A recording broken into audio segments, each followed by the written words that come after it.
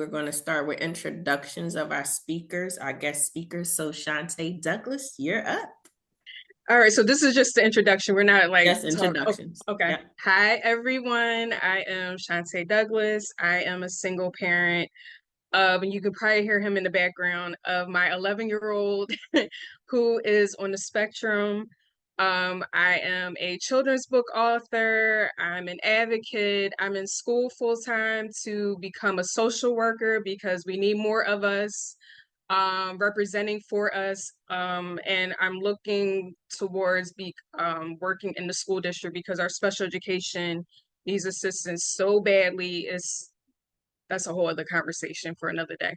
But I just want to thank Levon for having me. I look forward to these conferences every single year. And I will be talking about self-care the best way I know how. I don't have a PowerPoint, so I want some interactions with everyone on the Zoom call as well. So I'm just happy to be here. Thank you. Love you, girl. Love you more. Look, I was about to say the same thing, Icy. Shantae and I met at Chili's at Jamila's. She had a autism moms come together, and she asked me to come out and talk to the moms. And I think that was like the beginning stages of Advocate for me starting. It was, and, yeah. And me and Shantae been together ever since. When I say she come to everything, she come to everything. You can't get rid of me. Even by herself, she be the one person on, she be right there. Yep. So I appreciate you, sis. I pushed her to do the poems and get it an editor, remember? I asked when she would come to the parent support group and spent many years ago, like 2014, something like that. I said, girl, get that thing edited. Like, come on, we need to hear those words. And I had her do it in front of all of the parents. So I know all of our parents have gifts. So again, we love you, God. We love you, Shantae, for everything that you are the voice for the voiceless. Keep on doing your thing. Yeah. Don't you make me cry. We're not doing this today. Yes, we are. Get the tissue box. Yes, we are. Thank you. I appreciate that. Love you.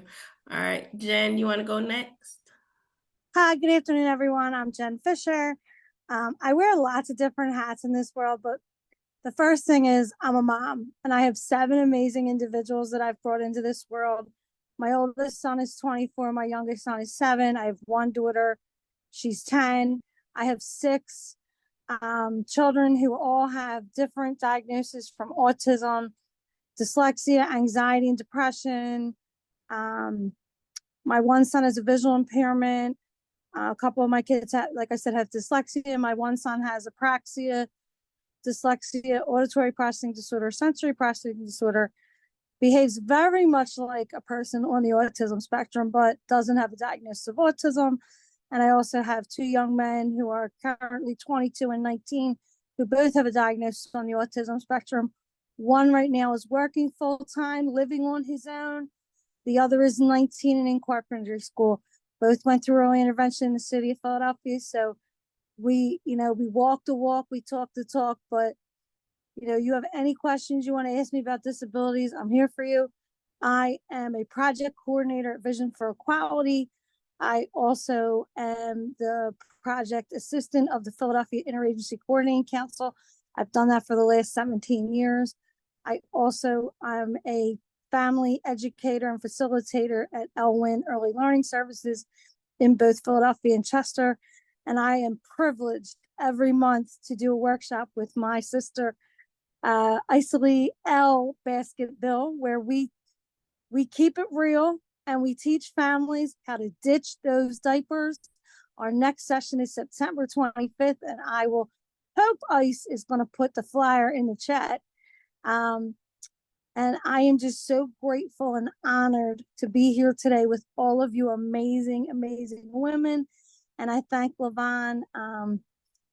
We met many years ago through the work that we each do, but I'm so grateful that we are part of one another's lives. And thank you. Oh, thank you, Jen. Yes, and Jen is going to be I'm going to drop the mic right now and let them know. Jen is going to be our keynote speaker for our award ceremony in December. So I'm so excited for her. and hearing her story and being able for her to share it with our recipients. So thank you so much, Jen, for joining And us. today I'm going to talk about being inspired, how to be an advocate, and tell you some stories about what has brought me to this world and the work that I do today. Awesome. Awesome. So we got self-care, we got advocate. All right, next up is Bianca. Should I share how we met, or you want to do that?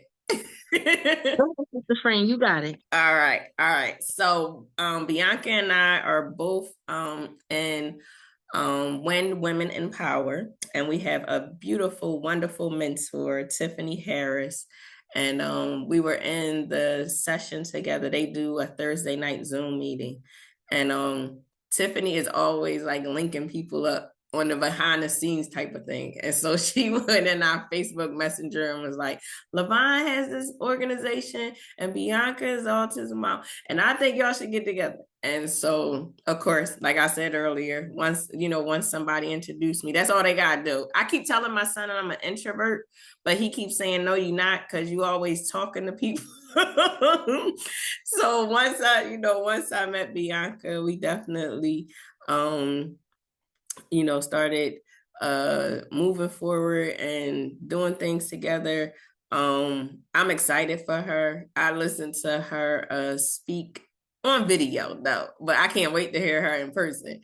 But she definitely dropped the mic and shared her story. So without further ado, I'll let Bianca introduce herself. Thank you, thank you, thank you. That was so amazing. I love you. Good afternoon, everyone. My name is Bianca Blanco Renwick. I am a mother of 4. I am a wife. I am from Philadelphia. I am also an author. I just published my first book, Monday Never Came, My Journey to Healing the Child Within. It was my birthday gift to myself, so my book was published on my birthday. I will be here today sharing about community resources and things of that nature.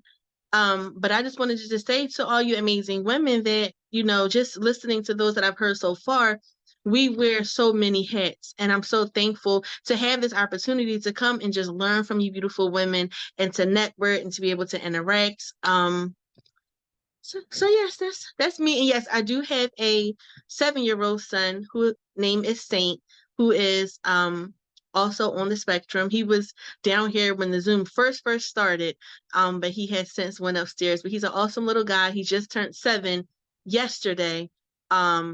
But he's awesome, and he's taught me so much about myself. It used to be my prayer, like, all right, God, because he's also considered nonverbal. And it used to be like, all right, my prayer was, God, help him to express himself to me. And God was just like, no, he's expressing himself. You just got to listen. You have to allow him to express himself in a way that he's comfortable, and also open up your ears, your mind, and your heart, because he might not sound the way you want him to sound, but he's definitely communicating. So, I'm just really, really excited to be here today, and that's it. Awesome. I love that God had dropped that into your spirit, because that's what I tell the teachers at school. Like, they're communicating with you. They might not be using words, but their eyes, their hands, like, you got to look at that body language. They communicating with you. Absolutely. And they taking everything in that you saying to them too. So y'all, it's a two-way street. Like, you gotta make sure. Absolutely. Yes. But thank you for being here, the resources, child. Thank God we got somebody else, because it's tired out there. We be having to rely on everybody. Yes. All right. Next up, Aisha. I love it. Sing that. So I'm gonna briefly tell everybody how we met. Y'all know how people always say social media is not good for you, and social media this and social media that. Well, social media brought me, my sister in Texas. Yes. And she came on our podcast, and she is a wealth of information. And I tease her, and I'll be like, oh, so you, me in Texas. She has a wonderful little boy that I call my virtual nephew because we have not met in person yet. But his smile, I know his smile in the pictures and the videos is my Aunt Lavon. So Yes. I'm just so excited with her being here at our conference. So Aisha, I'll let you introduce yourself to the guests. All right. Hello, everyone. My name is Aisha Krista Atkinson, and primarily in the state of Texas, I serve as an education administrator at an early childhood center that services grades pre-kindergarten through kindergarten. And we also have an on-site daycare as well. On the side, I also serve as an education consultant for the agency Be a Change LLC, which goes into campuses and tries to help campus leadership and teachers explore avenues for school reform, as well as kind of try to change their instructional practices to best support students through student-focused coaching. With that being said, I am also most proudly the mother of Aries Rain Williams. He is, and I'll share a little bit more about him during my section of today's meeting, a multiply disabled child, but he knows absolutely no limits to greatness. And of course, you know, that is the intentional way in which I've tried to kind of raise him to just know you can do anything. And, you know, there are no limitations to what you can and cannot do. We just have to find a way to make it work. At any rate, as a person who's here to speak today, I'm going to be sharing on a topic, plot twist, you are the hero. So some different ways to leverage my own story to show how one person can kind of start off in one way and go on that journey of a hero to becoming something that is really contributing to the community at large. And, you know, just build confidence and hope within our attendees today. So I'm really excited to be here, but I'm even more excited to bridge more connections with all of these incredible moms. Awesome. Your smile is so contagious. This is what I'm saying. I know, isn't it? I love her. I love Thank you. and her son inherited. Yes. Because I'm telling you, when y'all see his picture, and we like, oh my gosh, like it's just coming through the She Instagram. probably looked the same way when she blessing out, you know what I'm saying, whoever ain't doing our kids right. She probably Yeah. smiling too.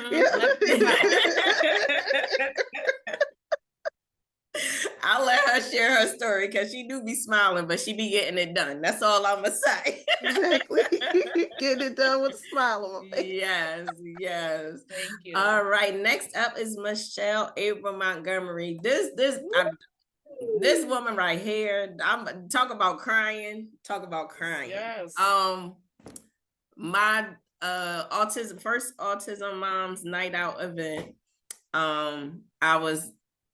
I went to an organization and I was like, oh, can I have their founder and CEO? I was like, can I have her come and be the keynote speaker for my event?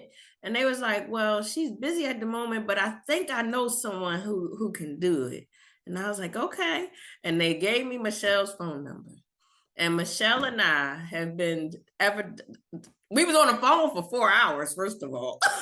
It was just hey, how you doing? Can you do? And it turned into a whole thing. She was sharing information with me. I was sharing information with her.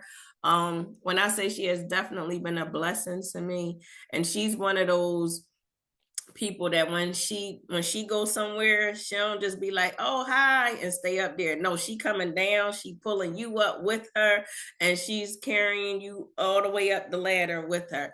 I'll let her share that part, but everything she's done so far, she's pulled me with her, and I've learned so much. Like, I don't need, it's so much a word, I don't even know. But she has blessed me to learn so much information, like outside of my wildest dreams. So I know that God sent her to me to make sure that I'm doing the right thing and that I'm listening. So she is like a mentor, a mother figure. Like, she is there. That's all I gotta say, because I'll be here forever. Michelle, you up with your introductions?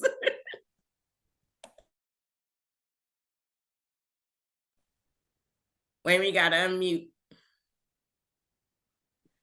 I said, you have just about said it all. I mean, it's time to go to the next person now. My heart is so full right now. Thank you so much, LaVon. This evening, this evening I will be speaking to everyone's heart. A lot of times we think about how we find our purpose, but I'm going to talk about how our purpose found us. And this evening, I am the mother of two amazing children. My daughter, who I should say on opposite ends of the spectrum, right? Because my daughter is on the mental health side of the spectrum. And my son, most of you know, he is awesome. He is the first community autism peer specialist for the city of Philadelphia. And he works out of the mayor's office in Department of Behavioral Health and Intellectual Disability Services. And based off of the work, thank you so much, y'all.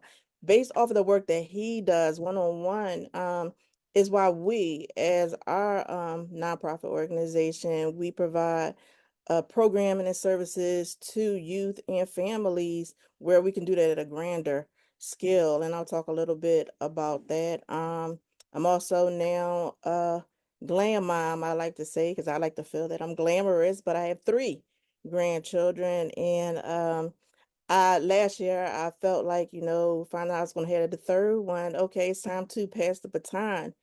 And then we found out that my grandson was diagnosed with autism. And I was like, okay, so I got my 2nd win, one more round, God. And so I'm here again, another round of just providing programming and still here in the race. And so I wear a lot of hats. We're gonna be talking about hats all night long as a program developer, director, peer specialist supervisor, mentor, community research partner, grant reviewer, and most importantly, I am so proud to be a part of this awesome village, and that's spelled AUSOME, intentionally. And I just say, Ubuntu to all of you, because I am, because we are. Thank you. Thank you, Michelle. Didn't I tell y'all she was amazing? Oh my God, I love you. All right, so without further ado, we're gonna get started with the presentations. So I kind of put y'all already in order. Like y'all ain't know I did that, right? So the order that you just went, that's the order that you go in the presentation. So I'm just gonna introduce myself real quickly because I forgot I didn't do that in the beginning. So good afternoon, everyone, or almost evening. My name is LaVon McMillan. I'm the founder and CEO of Advocate for Me, LLC. I am the proud parent of 2 wonderful children. Jordan, who was born at 2 weeks, 28 weeks, 2 pounds, 2 ounces. And he is now 17 years old and taller than me. He received early intervention. He was diagnosed failure to thrive and still currently has a feeding tube. And he had growth hormone injections because he was short in stature. In school, he was all the way up until like the 5th grade. He was like the shortest person in his class. And then we started with the growth hormone injections, and then he just started getting bigger and bigger. He grew like 1 shoe size in like 2 weeks. And I was like, oh, this thing is really working. And so now, like I said, he's taller than me. He wants to be taller, but and if he beat me, then I'm fine with that. And so, but he is definitely a blessing. He is the reason, talk about purpose. He's the reason why I'm here, because I found myself sitting at the computer late at night trying to research and find resources for myself, so that way I can understand what he was going through. That way I can find other children that he may be able to share his journey with, because at one point Jordan thought he was the only kid in Philadelphia with a feeding tube. And I kept saying, no, you're not. And we went to CHOP for an event. It was a workshop, and we walked inside and they separated the kids from the parents. I guess, to keep away the distractions, and doing the presentations. And so he went into this room, and they opened up the double doors, and Jordan was like, oh my gosh, they're just like me. Like, everybody's walking around with their poles and with their feeding bags on the top of it, and they had their feeding tube in, and they're getting their and connectors. And he was like, Mom, they just like me. And he took off. He ran off. And I was like, oh, okay, I'm going to the workshop. So I went to the workshop, and he came out a different person, because now he can see that he wasn't the only child, and in his experience, at home, school, or at church, to have a feeding tube. And so I'm gonna put a plug in for him. He, at the age of 12, wrote his first children's book about having a feeding tube, and it's called Jordan's Journey. So when I say that he's my reason, he normally says I'm his reason, because I am a published author as well. And he says, well, Mom, I want to do what you did. And so I'm excited for him.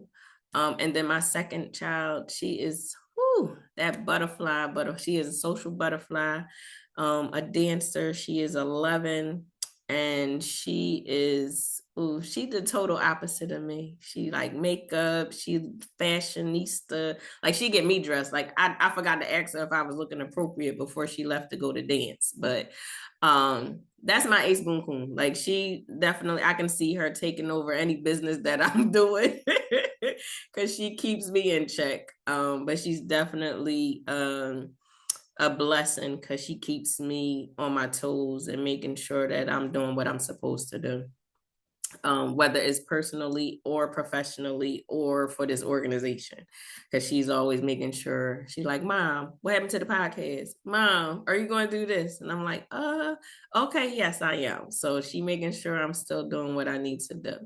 So without further ado, I'm going to get this party started. And so first up, I believe Shantae was first in introduction, so she'll be first in presentation.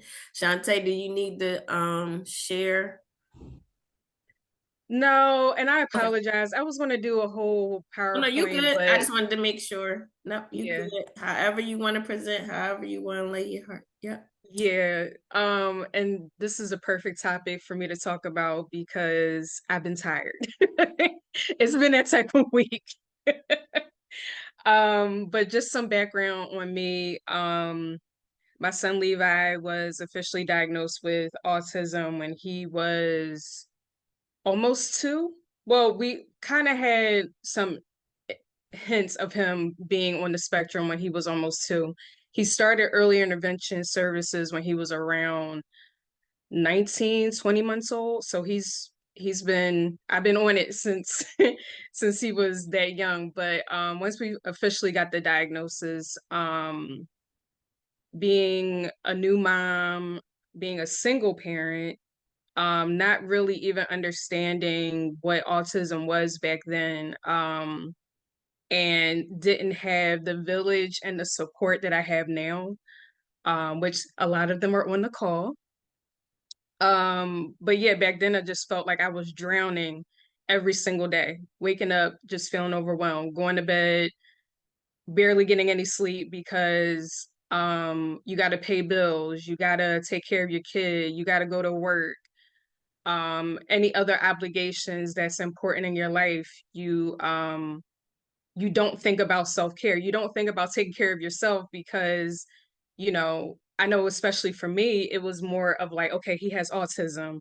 What is an IEP? What is an IFSP? What is, I got to do what? I got to do this. What is wraparound services? What is, and the whole time I just got into this rhythm of taking care of Levi and making sure Levi was good.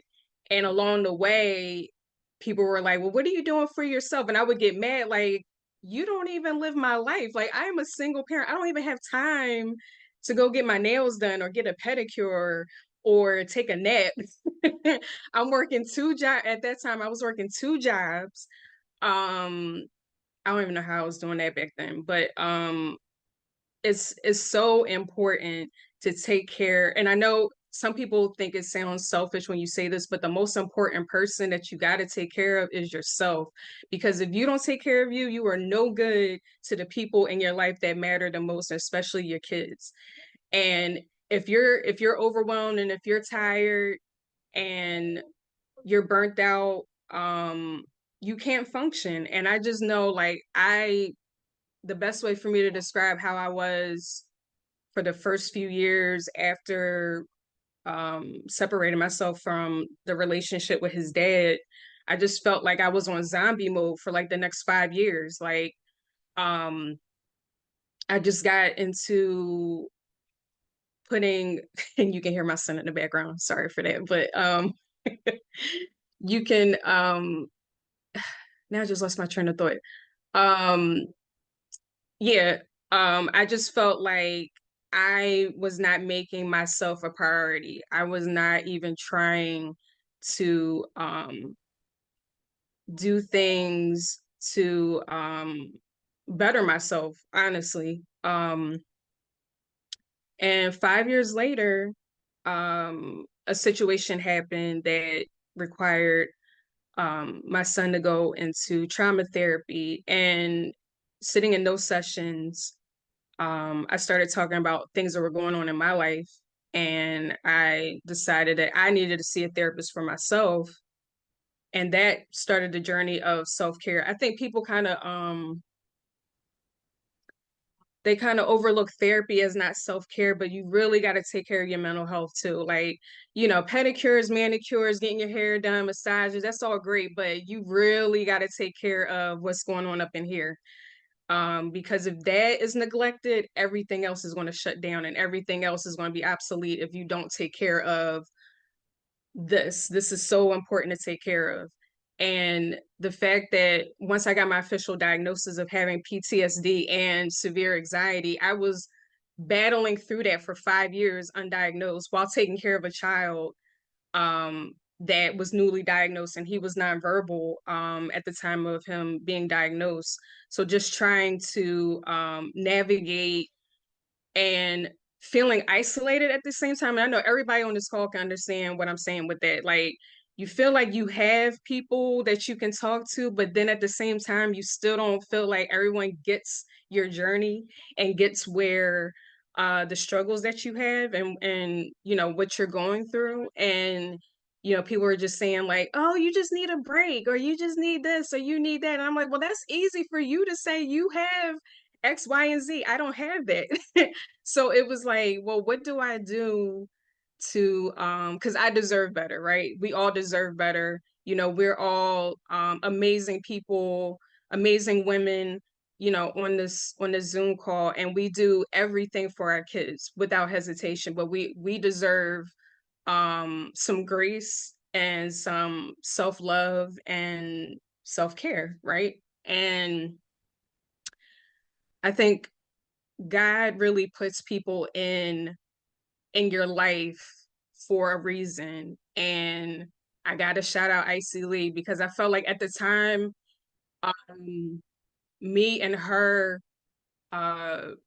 first met, that was like at the crossroads of where I was like, you just feel like you take 10 steps forward and then take 5 steps back sometimes with things that you want in your life. And it was just a lot. Like, I just felt like I had all this built up um anger, and not because of my son being diagnosed, just like the circumstances around everything. Like, I just felt like, there's people in my life, but they're not in my life, if that makes any sense, if y'all understand that. But I felt like when I walked into that family support group meeting, and I sat there in a room of people that I didn't know, and I just started crying. And I know I still remembers, I'm just like, I don't know what's going on. And I'm just like, I hate crying in front of people, but it was just like the vulnerability in that moment of feeling like I found my tribe, or I found like the beginnings of finding my tribe. And yeah, I I can't say enough good things about Icy Lee. Like, I feel like if me and her never crossed paths, I don't know where the trajectory of where I was going as far as finding things to help my son and things to help me as well. And I think that was a starting point of really saying, like, you know, my son is always going to be my why for everything. He's my why of why I want to become a social worker. He's my why of why I get up every single day, no matter how tired I am. You know, he pushes me, but also he reminds me, like, you got to take care of yourself, because if I'm not here, nobody is going to be here for him. You know, Actually, don't even say that in the chat, because I'm trying to hold it together without crying, and then I'll do the you know, the yuck yuck hiccup crying, and I can't get through this. Don't say that. But yeah, like I always gotta give flowers to the people that saw something in me that I didn't see in myself. You know what I'm saying? And she was also the reason of me going into publishing, you know, my books. And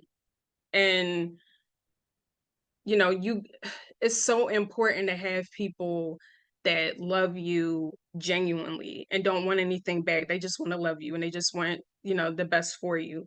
And then Levine, and talking about her, I know I'm gonna start crying, but recently, 2 times that I really needed her for self-care, she was like, I got you, you know. And I'm trying not to cry, but it's so important to take care of yourself. It's so important. But listen, Levine, and I knew I was going to lose it.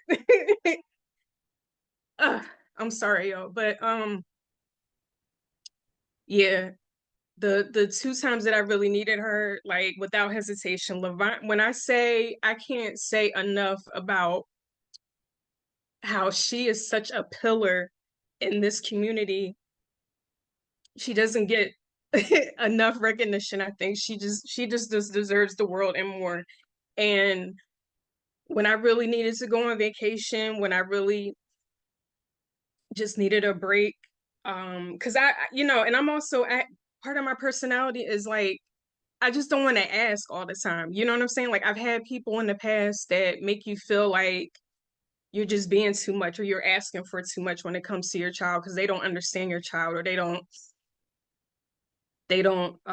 just don't want to be bothered, you know. And that's hurtful. That's a, you know, when you have a child that is deemed different and neurodivergent, you see the ugliness of people that you're related to, you've been friends with, you worked with, or whatever. You just see a whole other side. And you know, my son has opened my eyes to a whole different side of the world, of how people can be so rude, so ignorant.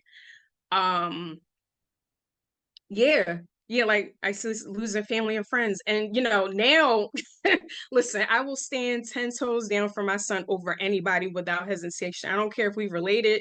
I don't care, you know, you've been rocking with me for 10 plus years. If you are not accepting my son, then you don't accept me either. And we don't need you in our life. Like, it's all about who loves us and who is going to see the best for me and for Levi. And yeah, just, you know, going back to self-care, you know, Levana's even noticed, like, I was losing my mind trying to find somebody to watch Levi so I can go to this concert in Atlantic City. And it's hurtful when you have people who live within 20-30 minutes of you, and they're not even the first people to think about the call, because you know, for various different reasons, like, yeah, no, that's not even a safe environment, that person's not reliable, or I'm going to be in panic mode the whole time I'm away, because they just, you know, whatever the case may be. Text Levine, she was like, oh yeah, let me check my schedule and I'm gonna get back to you.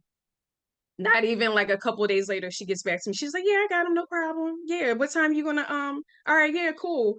And I never tell her this, but every time that I have asked her to, you know, take care of Levi for me, it's like a weight is always lifted off my shoulders. Because before that, I can't concentrate, because I'm like, all right, I gotta go to work. Who is going to watch my child? Because I'm also that type of parent. I just don't leave him with anybody. Like, I've never been that parent. Like, my whole rule of thumb is if I don't have somebody that I trust 1,000% to watch my child, I don't go. Like that's always been um my go-to, and that's probably why like self-care has suffered over the years, but I wouldn't even redo any of that because my child's safety matters. You know, it's a healthy balance of like I've worked really hard to build a village of people that I trust, hands down, to the point of like if anything was to happen to me, that I know Levine, I know she's not on this call, but my friend Mia, um, those are the people that without hesitation, if anything was to happen to me, I know that my son would be in good hands. And if you don't feel that way about people, they should not be watching your child. If you feel as though like there's any hesitation when it comes to somebody taking care of your loved one, they should not be watching your child. But Levine, you know, since we're on this call, you know, I don't get to tell you enough, and we don't see each other enough because we're both busy, but I absolutely love you. Thank you for just always being that person, because everybody is not built like that. Everybody is not reliable, genuine. Um, just you have just so much goodness in you that you're only born with, that can't be taught, that can't be given, that's just something that's ingrained, and I thank God every single day for you. um but yeah, I'm not going to take up too much more time, but just know like when you're overwhelmed and you feel like, you know, you're on this call like, yeah, self-care, I don't have time, like even I get caught up in like, I really want to do this, but like once I get off this call, I got to do homework. Like there's so many things you got to juggle, and like, you know, Michelle and Icy Lee and Levine were saying like, and then the other ladies on the call, we all wear so many hats, and it's a juggling act constantly. Like we're juggling and we're walking down the street. We're juggling. We got to get in the car. I got to think about the doctor's appointments. I got a physical I got to take Levi to on Monday. And then, you know, it's so many different things. But before I'm done, I wanted to read something to you all. Um and this was actually published in Levine's magazine, which is amazing, by the way, so you should subscribe to it if you haven't. I don't have the link for it, but you know me, I'm always reposting your stuff, Levine. But this was posted, I forgot which month it was posted, but my therapist had told me to start writing a letter to myself. And she said sometimes traumas or things that we've been through in the past, write a letter to that person, to that younger version of yourself that went through that journey, and kind of like give that younger version of yourself, you know, an update of where you are now. So I want to read this to you. And um just once again, Levine, thank you for, you know, for having me on this call. But I'm gonna read this to you. So it's called Dear You. The days you were so mentally exhausted you couldn't sleep, you didn't realize at the time, but you were actively dealing with anxiety and PTSD. Your child has been newly diagnosed with autism and you were scared. You blamed yourself for being a failure, and now it's mental isolation. On the outside, everyone thinks you have a handle on life, but in reality, you were drowning, wishing someone would reach out to help. You feel helpless and alone. Your heart is broken from people who were supposed to be your foundation, treat your child differently, or just don't want to be bothered. Every night you prayed and asked God, what was your purpose? But you know that your son was not a mistake, just a blessing. I want you to know that your era of happiness wouldn't come for another 7 years. The first step was talking to a therapist and getting your mental diagnosis. It explained the nightmares, the severe mood swings, and why sometimes your son's stimmings would bring on anxiety. Walking through the darkness, trying to find the light. Your son helped you find your way, and you never look back. Sometimes you still deal with exhaustion and extraordinary levels of anxiety. People telling you, I don't know how you do it. It's something that's so infuriating to hear. Why can't every parent fight for their kids and be their biggest support system? You sacrifice self-care in order to make sure that your son gets everything and anything he needs. You felt guilty and feeling sad about losing some of your identity because you knew being a mom is important. From family trauma to watching your grandmother take her final breath, you held on to pain and hid it from the world. To having no one there to support you through a domestic violence situation and still pushed all that aside to show up and be present as a mother. Still drowning emotionally, still crying, still feeling unworthy. You made a decision to not repeat those mistakes that was shown to you. You stopped being angry with everything and shifted to getting back to loving yourself. Healing the emotional damage takes so much longer than bruises. That was then, and let's talk about the now. You found your tribe of amazing people who accept you and love you for you.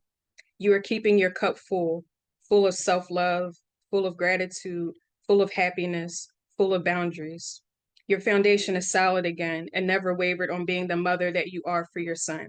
Helping those who need it, reciprocate love when you receive it, not shying away from being who you are because you believe it. You are smiling, you are filled with joy. You have learned to manage the bad days because they still come around. You stop letting others control your narrative. You have stepped into your light and refused to be ashamed of shining it brightly. And for you, yes, you that's reading this, you are loved, you are blessed, you are enough, you matter in this world. Remember to keep your cup full and set your healthy boundaries. We get one chance in living this life. Make sure it's the life that makes you happy. Our kids need us at our best selves. You need you as well. Stay blessed and highly favored. Sincerely yours, me. And I love every single one of you, even if I never met you. You are amazing. I will put all of my contact information in the chat. I'm sorry that I don't have a PowerPoint, but I put all my information in the chat if you ever want to reach out to me. I'm always on social media. I'm a social butterfly. So thank you once again. And thank you, Levine. Ooh, let's give it up Thank for you. my sister. Thank you, beautiful. Yes. Thank you for the kind words. My eyes are still like I know, I'm trying not to cry. Rivers, streams, and Trying to make oceans. somebody cry. I want to know how to make my hearts like Michelle, because them hearts is popping. Oh, it's in your React. It's in your React. Now they got, Alright. Zoom got some extra stuff. So if you Okay. go into the send with effects, then they come up as effects. Oh, okay. Because I kept looking like, how are they doing it? Yeah, it comes up as effects instead of just holding the heart. Yeah. And I know we have some folks that just joined. If you want to recognize them, honey. Yes, I've been bringing them in. So welcome everyone. Welcome to the Advocate for Me conference. We just had Shantae come up and do her presentation. So we are gonna keep going. We're gonna take a break in the middle. And then when we come back, I'll have any other guests that came on introduce themselves. And so next up, anybody remember who was second? Because I got two. It's me. It's you. Okay, I was Lavon. right then. I was right. All right, thanks, Jen. Because I had you and Bianca, and I was like, I know it was one of them two. All right, so Jen is up next. So Jen, I'll let you go with your presentation. Let me pull it up real quick. Thank It's you, almost happy Lavon. hour. Get your wine glasses together. It's almost 5 o'clock somewhere. All right, let me see.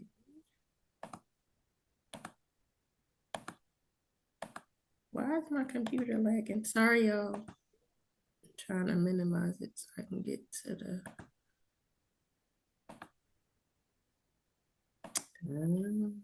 Okay. Levine, you loving the pictures too? I figured it was Yes, like, I you know see what? them Let's in just the start chat. spreading the love. Yes. So while y'all waiting for me Village. to pull up the presentation, check out the pictures in the chat.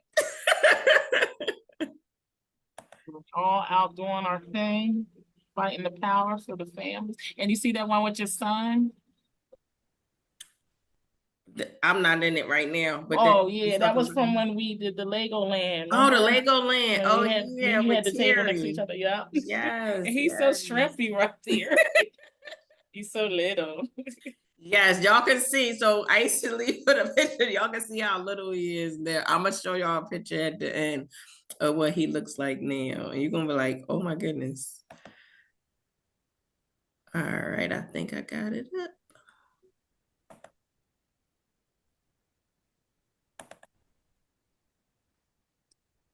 Jen, can you see it? Yeah, can you just full screen it for me?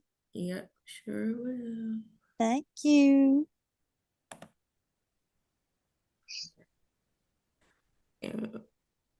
All right.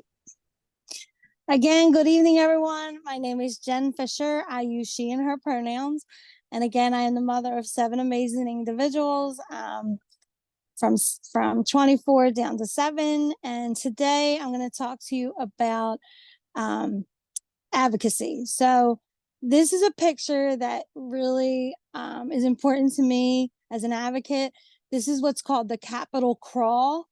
And if you see the wheelchairs at the bottom of the steps, the people got out of their wheelchairs and crawled up the Capitol steps. This is how hard it is to get into our Capitol in Harrisburg for our loved ones with disabilities. There is a little side ramp, but we don't want a ramp. We want everybody to have access, right? Equity for everyone. So this was on May 1st, 2024, and this picture will always be a huge part of who I am and why I do the work that I do every single day to advocate for people with disabilities and their families. You want to go to the next slide, Levon? I want to ask you all a question. You can ask icily. I don't like to just present. I like to pull everyone in with me. What is advocacy? Put it in the chat. Come off and mute. Tell me what you think advocacy is.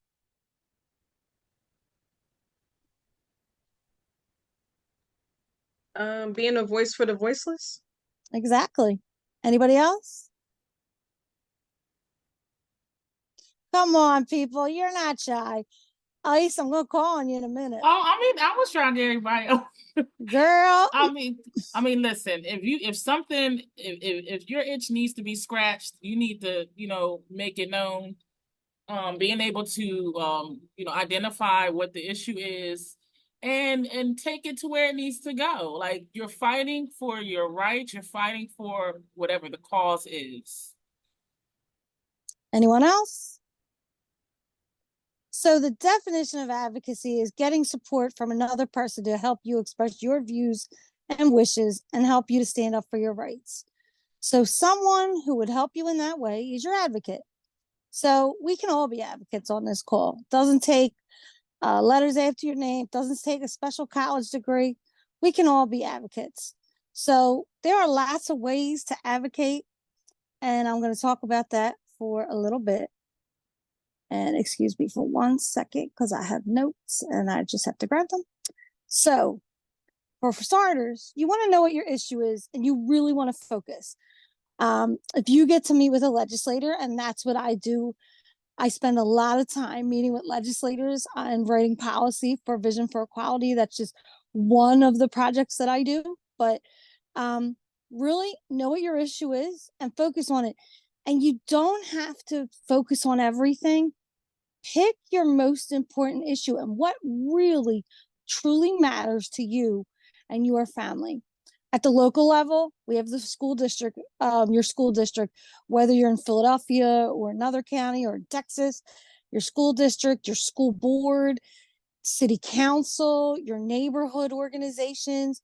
If you have a block captain, a a committee person, your local police district. I actually belong to the advisory council of my local police district.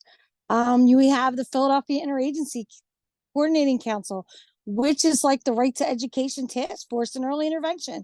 It's supposed to be 51% parents. So if you're a parent of a child in early intervention, we need to see you.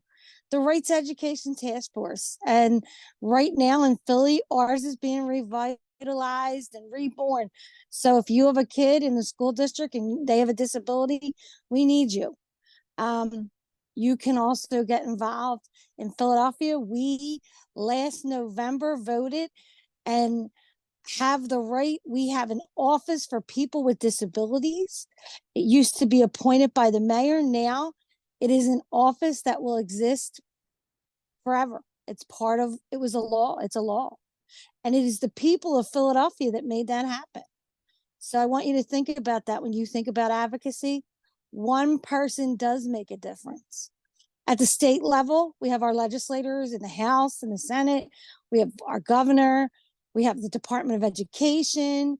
We have the Office of Human Services, ODP, the ARC of Pennsylvania. Vision for Equality is actually a statewide organization.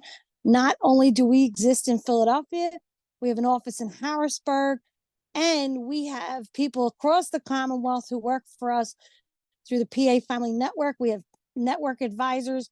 We also have a trauma-informed care project, and that person who runs that lives much closer to Pittsburgh. We also have Disability Rights Pennsylvania, the Pennsylvania Technical System, Peel, Families to the Max. If you're a family and you want something to get involved in, come join us at Families to the Max. Yes. We have a meeting in October. I will make sure that Levon sends that information out to everybody. The Special Education Advisory Panel, they are appointed by the governor, but they have meetings every other month, and you can join them over Zoom and find out the most up-to-date information about the education system in Pennsylvania. And I invite you to get on those meetings. It's so important. There's the State Interagency Coordinating Council on Early Intervention. They meet every other month as well. And then there's on the adult side of the system, there's the Office of Developmental Programs, and they have tons of meetings and events and activities for families of people 18 and older. At the national level, there's the federal government. You can attend meetings and conferences in Washington. There's also a national office for people with disabilities right in the White House. And actually, one of my good friends who used to be an advocate here in Philadelphia she's in the Office of Public Relations there. Her name's Anna Pern. I don't know if any of you know her, but she was an amazing advocate here in the city of Philadelphia, and now she's in Washington, D.C. Oh, she's not in Pill anymore? No, a couple years ago, Anna took a trip down to Washington. So if you want to go to the next slide. What's really important when you want to advocate with a legislator or a school board is telling your story. Organizations want to hear from you. Most people who are legislators, they don't necessarily have a person with a disability in their life. They might not know anyone with a disability personally. So you coming into their office and sharing your story sometimes can make a tremendous difference. You want to focus on your issue. And like I said, really hammer it down. What are your key issues? You can't be all over the place. If you're going in to meet with your city council person, that would be a local issue. If you're going in to meet with your House of Representative or senator, that would be a state issue. But if you want to get, further, yesterday I had the amazing opportunity once a month. I get to meet with Secretary Ahrens, who oversees the Office of Developmental Programs. So if you had a young adult loved one and you were having issues with what's called a waiver, you can reach out to her office. You could also meet with her. She's doing listening sessions throughout the Commonwealth, and she's going to do them in person. So she's going to come to Philadelphia, and you can go and meet her and tell her what your issue is. And she probably, honestly, will get to it right away when she meets you in person. Make phone calls, send letters, send emails, make appointments over Zoom. I just recently met with someone from the House over Zoom, and we're going to meet again. And you can also go and make appointments in person. Most of our legislators are here in Philadelphia locally on Thursdays and Fridays. They're not in Harrisburg every day. And if you get to meet with your legislator and tell them your story, you want to follow up with a thank you. Whether or not your issue was resolved, you still want to thank them for meeting with you.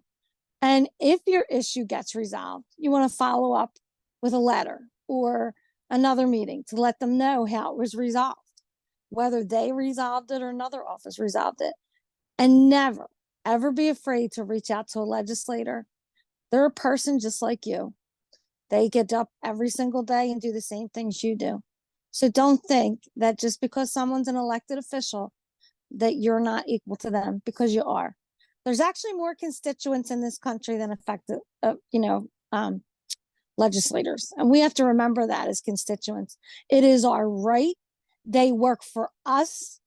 And, it's important that we meet with our legislators. If you want to go to the next slide, Lavon, I can't talk today. Hey, Jen, I popped in C2P2, the link Thank for you. the page. Absolutely. Got you. Yes. So I'm going to tell you a couple stories, and I'm going to try to be brief, and you'll get to hear more of these stories when I present in December. So I didn't want to get into my family story. You're going to learn about me. I don't really talk about myself. That's not, you'll get to learn who I am by what I do. And that's what matters to me most. I don't need 15 minutes of fame, because guess what? I have all of you, and I don't need that. So, a vision for equality, I work on a project called the Pennsylvania Waiting List. And this year, during the budget season, we advocated hard. You can ask anybody. I hit the pavements running. And when Governor Shapiro presented his budget on February 5th, I sat there, and I was never more excited in my whole life to hear that we finally had a plan to end what's called the emergency waiting list. In Pennsylvania, when you become an adult, you can, if you have intellectual disabilities, autism, or significant physical disabilities, you can get what's called a waiver. Well, there's a waiting list. And in Pennsylvania right now, there are 13,000 people waiting for services. And guess what? Our amazing governor, Governor Shapiro, came up with a multi-year strategy to end the emergency waiting list. There are currently 6,000 people on the emergency waiting list. Some of them have services, but they need to get into a different level of waiver. I'm going to talk real quick about the 3 waivers. There's 4 waivers that the Office of Developmental Programs uses. And the first one is a person-driven waiver, personal family-driven waiver. That's $45,000 a year for services.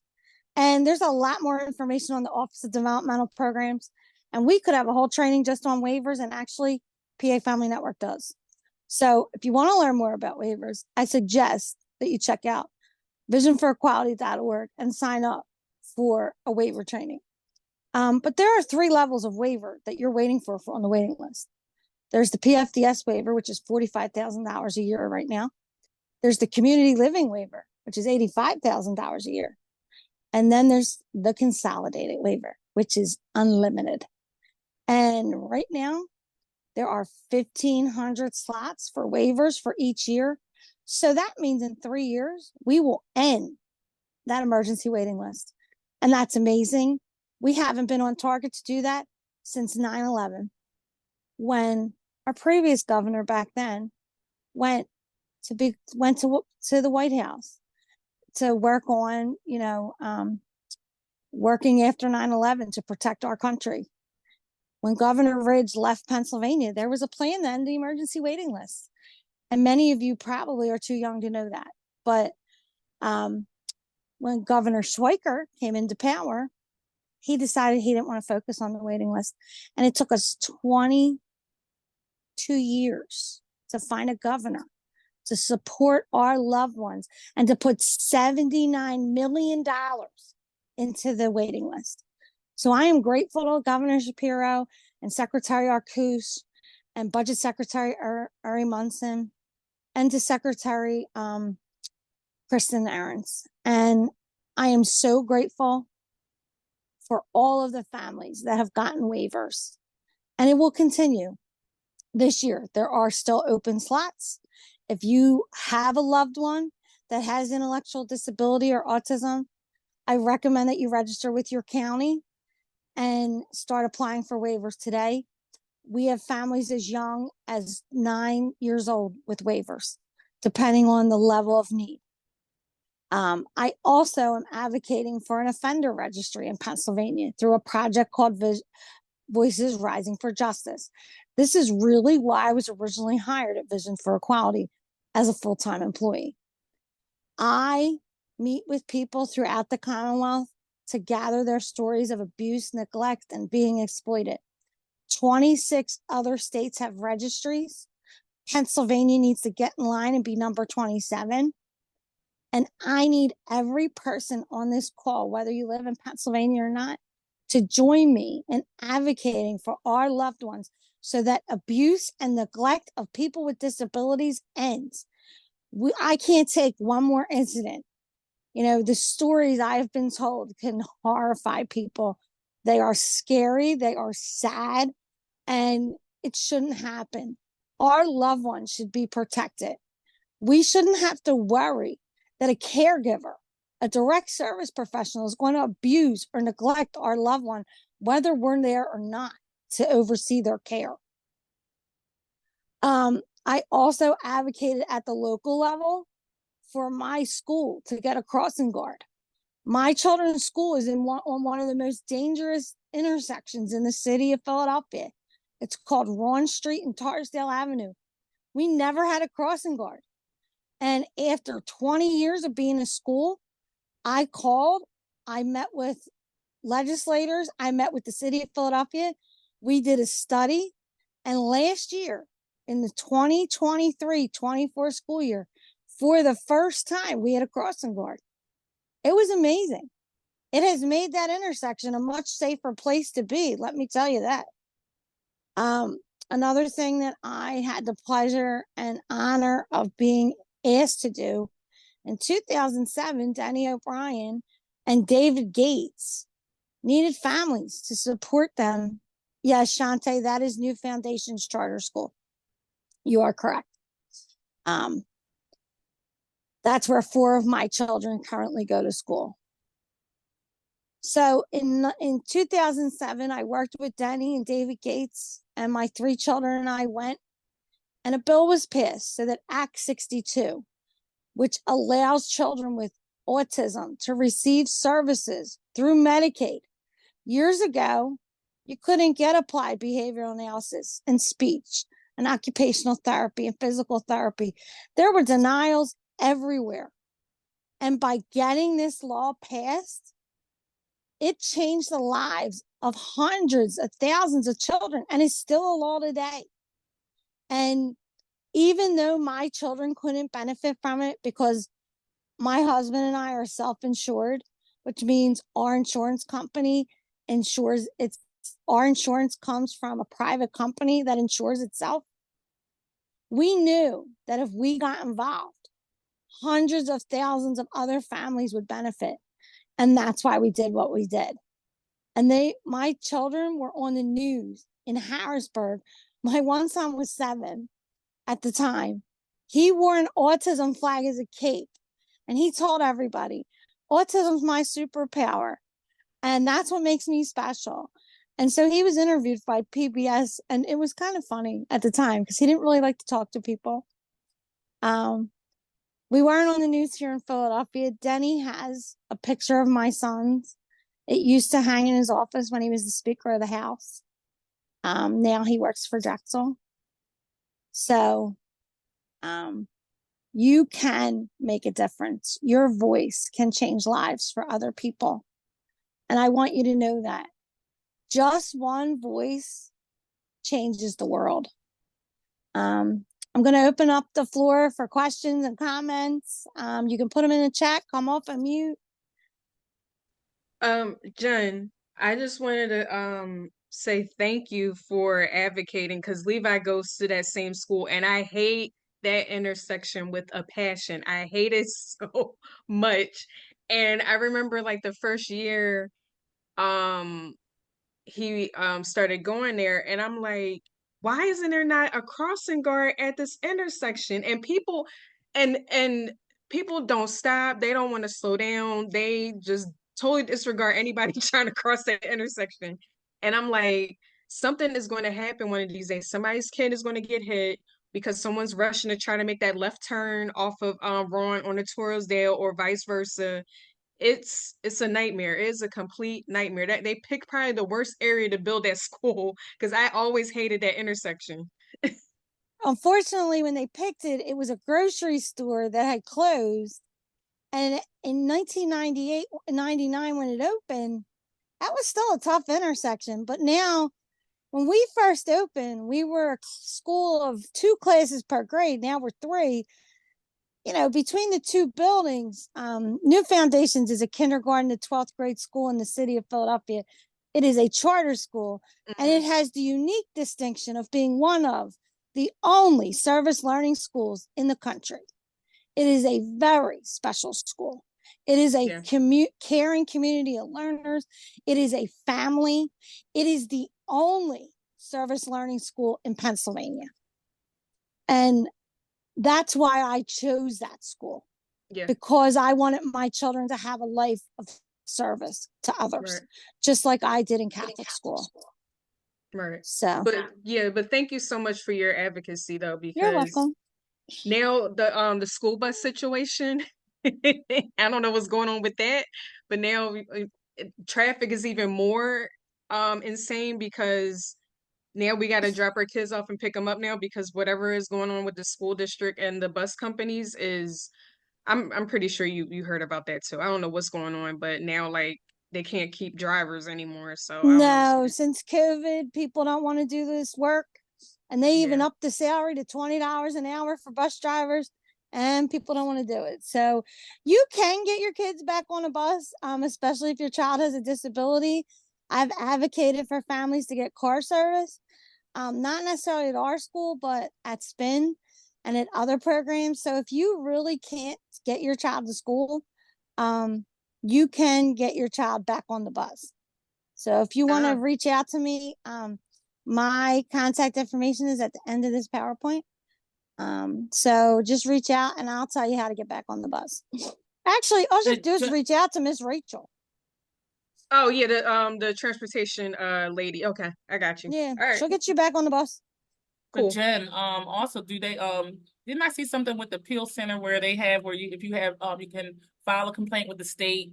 I was trying to find their little handout. I don't know if they had like a session where it even talks about if you have issues with transportation, things like that. If I find it, I'll put it in the chat.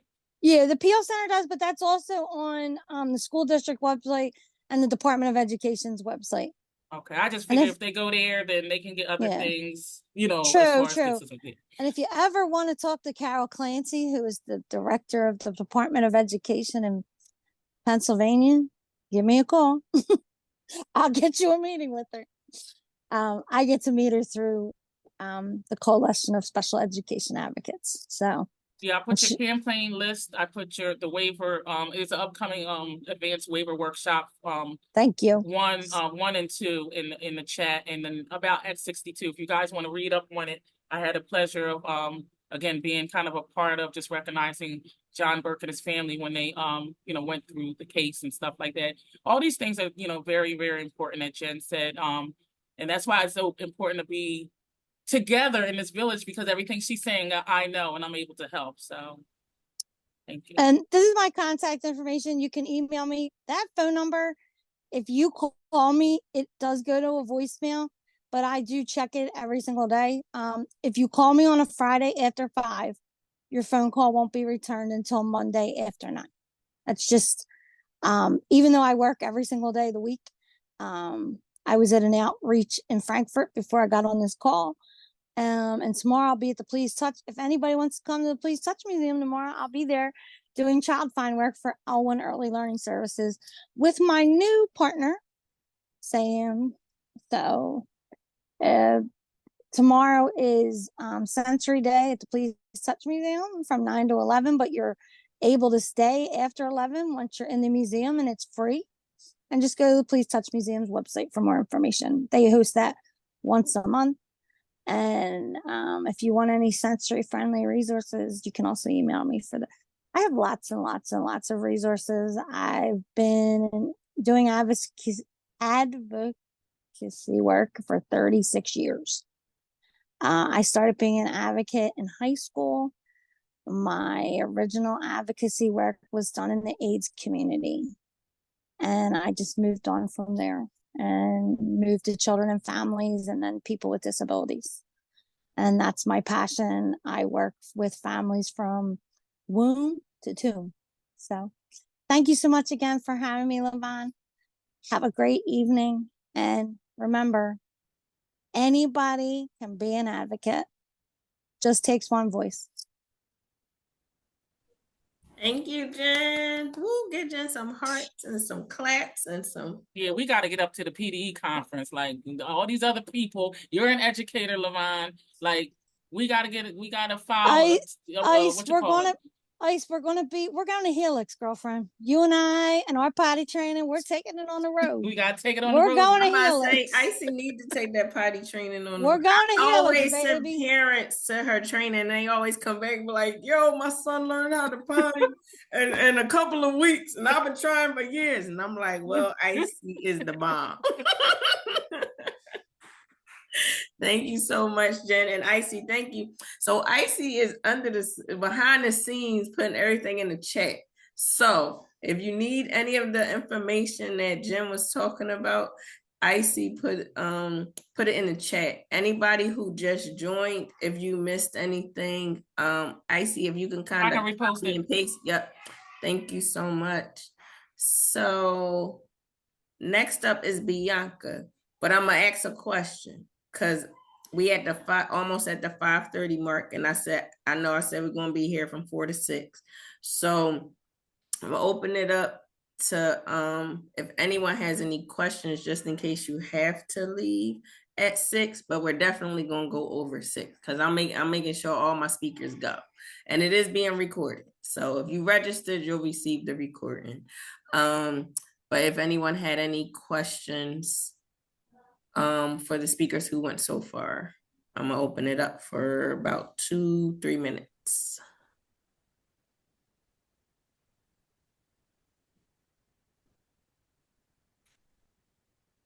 No questions? They was all good?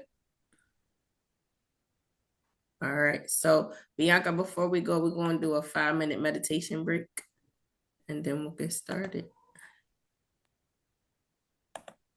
Give me 1 minute, gotta find my... This is really refreshing. And it's like, even though, well, those of us that know each other or of each other, it's like we still are getting to know each other. You know what I'm saying? Like every time, it's always nice to hear.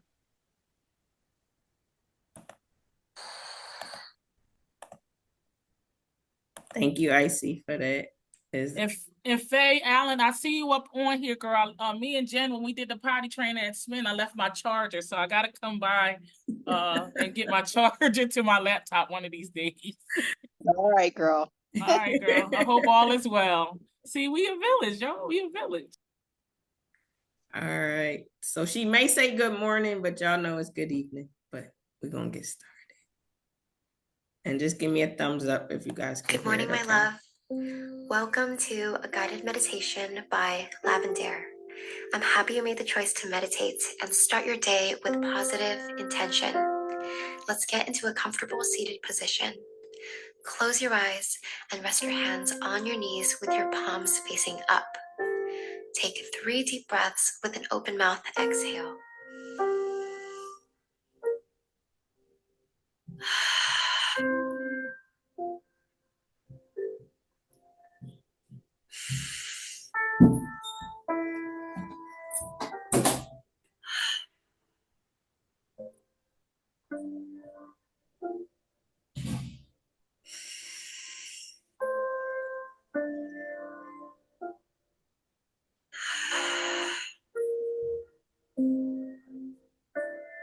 Now, take a moment for gratitude. Focus on what you have to be grateful for today.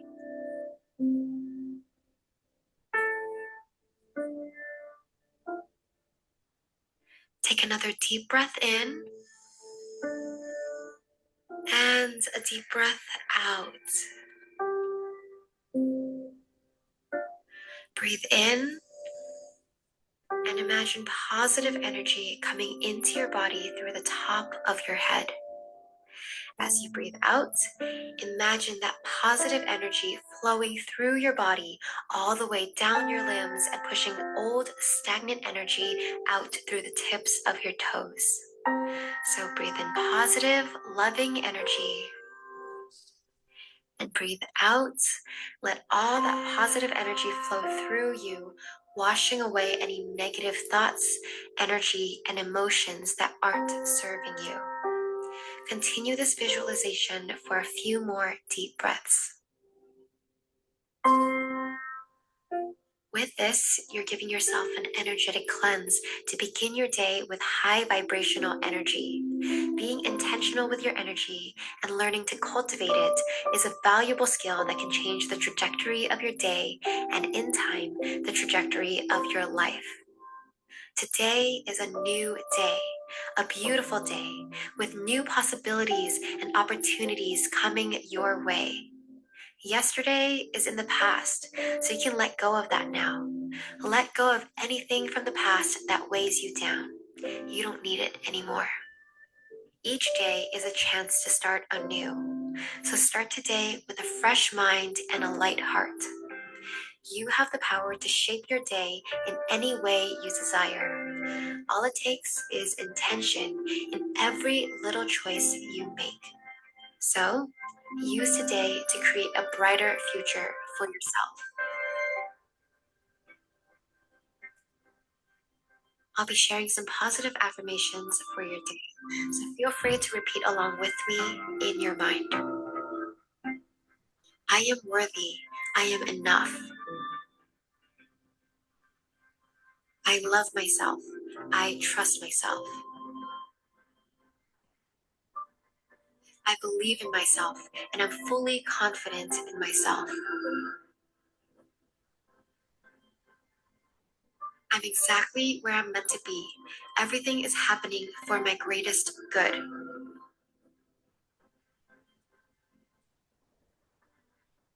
I am powerful. I am protected. I am guided. I am strong. I am brave. I am resilient.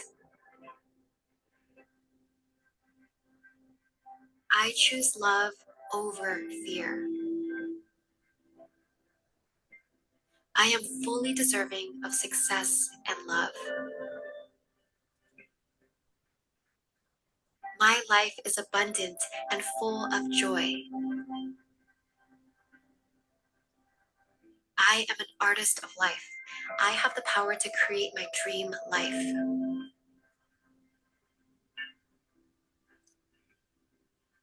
Now take 3 final breaths with an open mouth exhale.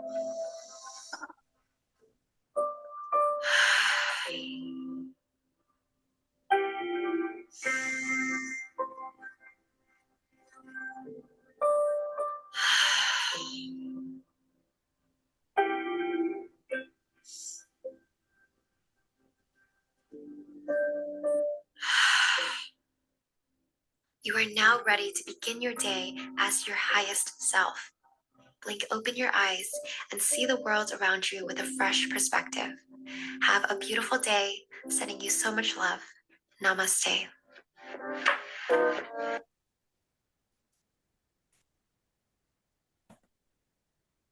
So I know she kept saying good morning, and I know one of our topics is self-care. So I wanted to add that in here. That's one of the ones that I do in the morning. Because the mornings can be crazy in my house. We running all around, somebody got up late, somebody in the shower, now we all late. But as soon as I get out the shower, I get dressed, and while the kids are still getting ready, I do a 5-minute meditation. And I tell you, before I do the meditation compared to after I do the meditation, I feel so much, I feel different. It's a mind shift. And it allows me to look at the day differently. Because prior to that, I'm like, oh my gosh, I'm gonna be late for work. Kids gonna be late for school. I didn't do this. I didn't do that. But it allows you to stay focused in the moment. And the affirmations, say them.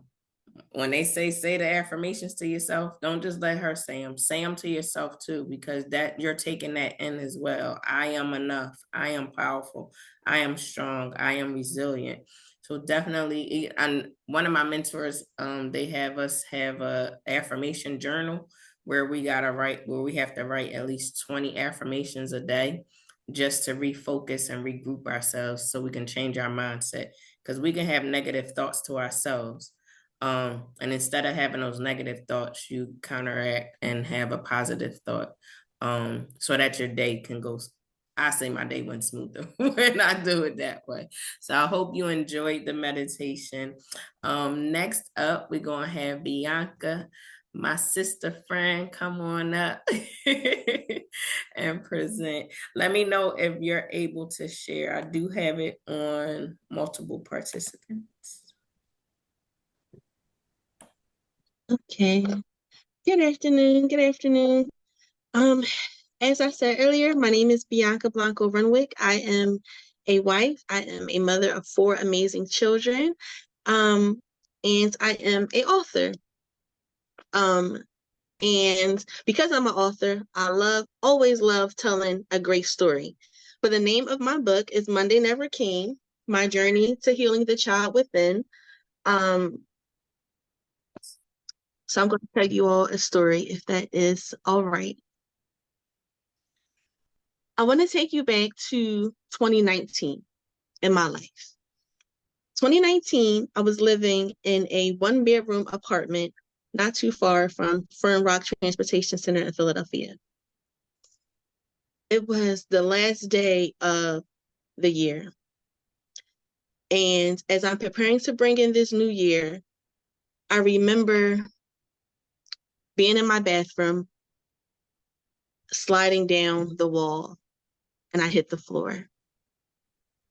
I remember crying out and asking God, why is everything a wreck around me? I'm tired of living this life. I deserve better. My children deserve better. But I kept running into a brick wall, like head first into a brick wall. I was battling addiction. I was battling anger. I just had the weight of the world on my shoulders. And as I sat there December 31st, 2019 on my bathroom floor, I said, God, whatever I have to do to have a new life in 1 year, I'm willing to do it. I made a list of everything that I felt God was leading me to do. And I know it was God because it wasn't me. But the very first thing on my list was to find a church home. That was something that I knew that I needed. It was something that I had been neglecting for quite some time. I would go visit here and there and whatever, but I was not faithful in a church. And I said, my first thing was, okay, I'm going to find a church home. I'm going to tithe. I'm going to be faithful at church. I'm going to attend Bible study or whatever I have to do, just so that my mind could be clear, because I was battling so much. I was battling the fact that here I am, I'm trying to be just this amazing mom and couldn't. I just felt like I was failing. So I said, okay, this is December. So stay with me. Stay with me, guys. This was December 31st of 2020. No, I'm sorry, December 31st, 2019. So I said, okay, my first step was I got to find a church home. Okay, I'm going to work on that. But the next step was I got to get my kids out of this apartment. So I'm living in this 1-bedroom apartment. It's myself, it's my husband. At the time, we had 3 children, and in a 1-bedroom apartment. Stay with me. And I said, okay, I gotta get a place. I used to always tell my kids, income tax time, I made all the promises. I'm gonna get us a house. I'm gonna rent a house. I'm gonna buy a house. We're gonna do this. We're gonna do that. And every time I had failed them. So I said, okay, how can I go about this? What am I supposed to do? I looked up agencies that would help you with housing or, security deposits and this and that. And then a good friend of mine sent me the information to Northwest Counseling Service. And I looked it up online and it says Data bomb too, girl. Data bomb, they helped me too. Yeah, listen, yes, I'm gonna get there. Yes. And I want to hear all about how they helped you, but stay with me. So I said, okay, Northwest Counseling Service. Wow, they have a first-time homebuyers program. All right. I had $1 in a dream. Probably didn't even have the dollar, but I was going. And I remember walking from my apartment to Northwest Counseling Service. The whole time I'm praying. all right, God, like, please, this all I have. This is it. If this doesn't work for me, I don't know what else to do. Still in my mind, I still got to find a church home. But in the meantime, all right, Lord, let me go this route. And I walk into the program, and it was right before COVID. So I go into the room, and it's maybe about 30 to 35 people that were, here for this Saturday first time home buyers class at Northwest Counseling Service. And I sit, kind of in the front. I got my notebook, my folder, my pen, my pencils, because I'm serious. And I'm like, this is the last straw. I don't know what else to do. I have to get my kids out of this apartment. We need a house. We need space. I literally turned my living room into my bedroom so that the kids could have the bedroom. I need space. So I remember going in there, and it's a room of like 35 people.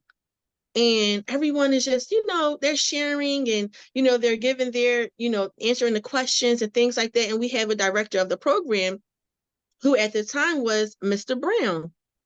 And, he's asking questions, he's teaching. So I'm taking notes, I'm writing everything down. And then he opened the floor up and he asked a question. And he said, what is stopping any of you from being homeowners? I don't know if I raised my hand or if I just shouted out. And I said, I smoke marijuana. Just like that. I promise you, it was just like that. I probably didn't even say marijuana. I probably said, I smoke weed. And I spent a lot on it. And he said, okay. So he asked me, how much did I spend? I believe it came out to maybe about $800 to $900 a month that I was spending on marijuana. He said, wow, you could have had maybe about 2 properties by now.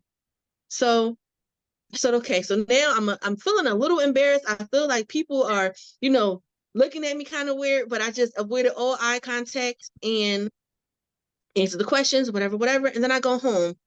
So then that next Saturday for the second and final class, I remember walking into Northwest Counseling Service. And this time I see Mr. Brown at his desk. And I say, can I talk to you for a second? And I come in his office and I see that it's scriptures. And I said, he told me he was a pastor. And I said, okay, but I got to talk to you, Pastor. I got things going on. I need prayer. I need help. I can't keep going on this way. I need help. He looked at me. He gave me a flyer. And I remember looking at this flyer, and he said, come to church. So many people had invited me to church. And I'm the person I'm going. I'm coming. Yeah, girl, I'm going to be there. What time you going to be there? Oh, yes, I'm going to be there 5 minutes before you. Never had any intentions on coming. This is just my truth. And I looked at the flyer and I said, okay. We wrapped up the conversation. We started the second home buyers class. And after that was complete and I was leaving, he said, I'll see you at church tomorrow, right? And I said, yes. And when I say everything changed, everything in my life changed with that yes. I'm proud to say I'm going on almost 5 years being a faithful member at Jesus in the Building, located at 200 West Fisher. I'm proud to say that my pastor is actually one of the participants on our Zoom. So if I said anything wrong, Pastor, please, definitely correct me. But everything changed in my life. And remember, I said, I love a good story. December of 2019, December 31st, I said, okay, God, I need to have a house. Whatever I have to do, Lord, to have my life transformed in 1 year, I need it to happen. My kids are losing hope in me. I'm feeling like a failure. I'm beginning to lose hope in myself. I need help. December 31st, 2019. Fast forward to 1 year. December 31st, 2020. I was approved for my loan to purchase my first home. Exactly 1 year later, to the date, 1 year later. And all I remember is, okay, God, all right. Okay, God, you did it. Everything was stacked against me. It seemed like everything. I didn't have the money. My credit score was this or that. but God. And God showed me favor because I spoke it out my mouth and I did the work. So now here we are. Here we are, September 14th, 2024. I'm in my home. My children have their own rooms. They have more than enough space.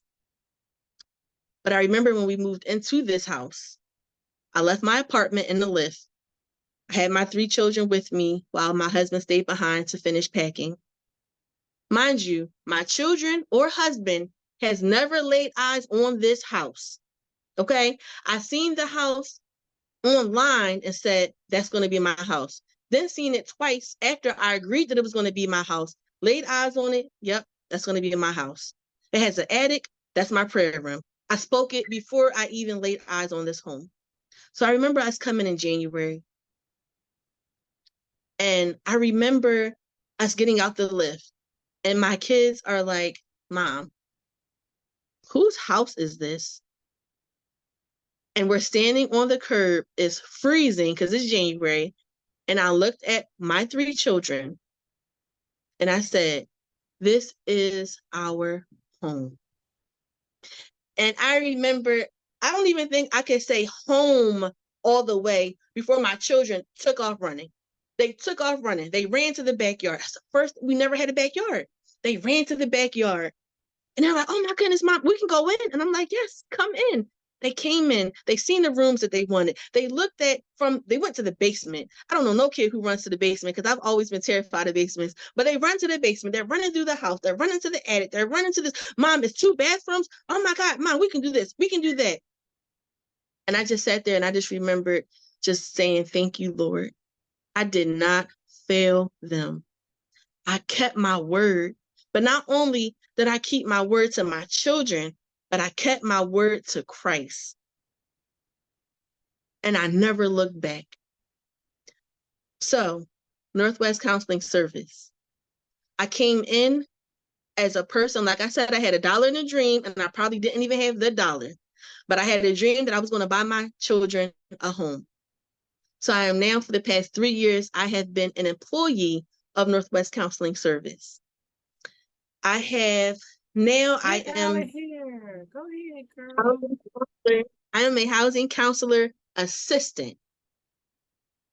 And when I sit back and think about it, I said, wow, I love talking to the clients because they have, well, I'm behind on this, or I need help with that. And I'm listening to them.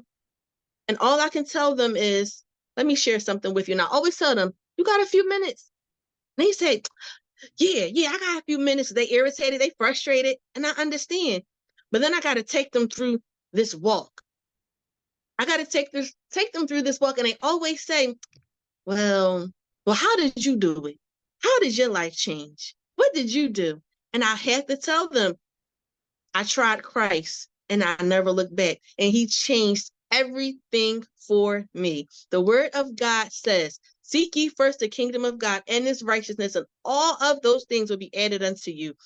I was dedicated to seeking God, and he literally added everything to me. Now, people don't want to hear that only because it seems so simple. Wow, so you really gave up smoking weed? Absolutely. I used to smoke maybe about 15 L's a day, 15 blunts a day, if you want to call it that. Yes, I really gave up. I really said, God, I don't want to do it no more. Take the taste out my mouth. But my prayer was, all right, God, all right, Lord, all right, 7 days, right? I'm going to cut down. And then on that 7th day, I'm just going to be done. The very next day I woke up and had no desire to smoke anymore. So it wasn't 7 days. It was literally the next day because I spoke it and I was serious about it and I never looked back. So Northwest Counseling Service has a special place in my heart because it connected me to my church. It connected me to Christ. It connected me to my pastors, Pastor Mike and Pastor Miriam Brown. And I'm thankful for that. I'm thankful that my children are able to see, wow, like, Mom, like you really did that. Like you were really serious about getting us a house. You were really serious about changing your life. You were really serious about being the mother, because that was always my prayer. Lord, I want to be the mother that my children could be proud of. And God made that happen for me because it was something that it was in my heart. I said, I don't want to be angry. I don't want to constantly yell. I don't want to, I'm spending all my money, because I want to smoke. So then when my kids come home and they want this and they want that, I can't give it to them. I can't give it to them. I'm sorry, can y'all still hear me or see me? I'm not sure what happened to my screen. I can still hear you. Okay. Okay. And y'all can still see me as well? Because I can't see anybody. Yes. I can. Okay. Okay. So my children were able to see, like, wow, and even my husband at the time, we were not married, but he was able to see, like, wow, like, I would get up on Sunday morning and walk to church from 11th and Champlos to 2nd and Fisher. I would walk, whether it was rain, snow, I would walk and I would push my stroller with my youngest baby in the stroller. I would walk. It would be freezing. For Bible study, I will walk. If I didn't have the money, that was no excuse for me not to get to the house of God. Everybody's story is different, but that was my desire. So most people may say, it's not really that deep. Like, yes, it was deep. It was that serious to me because my life was on the line. And it was the height of COVID. I'm thankful that my church never closed their doors during COVID because I don't know where I would be. That would have been my excuse. Oh, the church is closed. Well, okay. All right, God. Well, I said I wanted to find a church home, but you just closed the church. So, okay, sorry, I tried.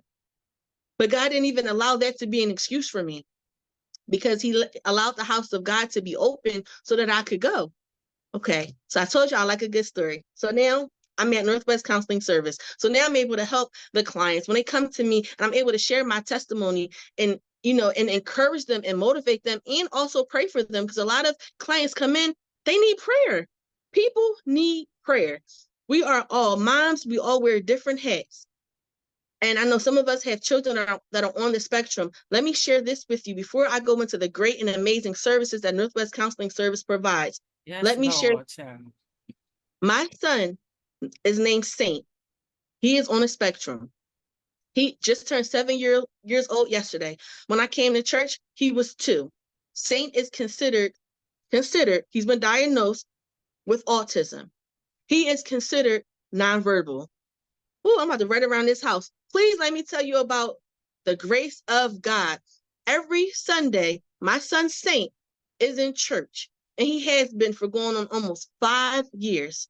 He sits at our pastor's feet every Sunday. Every Sunday, my son can see something on YouTube. Whatever he's watching, he'll watch it for, here and there or whatever, but he always finds our church services on YouTube. Whatever phone he gets, he's a genius. He'll find the church services on YouTube. My son has studied our pastor and our man of God to the point that he doesn't even have to watch the video to make each and every movement that our pastor makes. I don't know how he knows it. He knows it word for word. I hear my son speak. I hear my son say, God is good. I have witnessed my son, who they said is nonverbal. I have witnessed him singing, my God is awesome. Word for word. I have witnessed my son saying he's mighty. I don't know if y'all know that song by Charles Jenkins, My God is Awesome. My son sings it. He's mighty. He's great. Provider. Protector.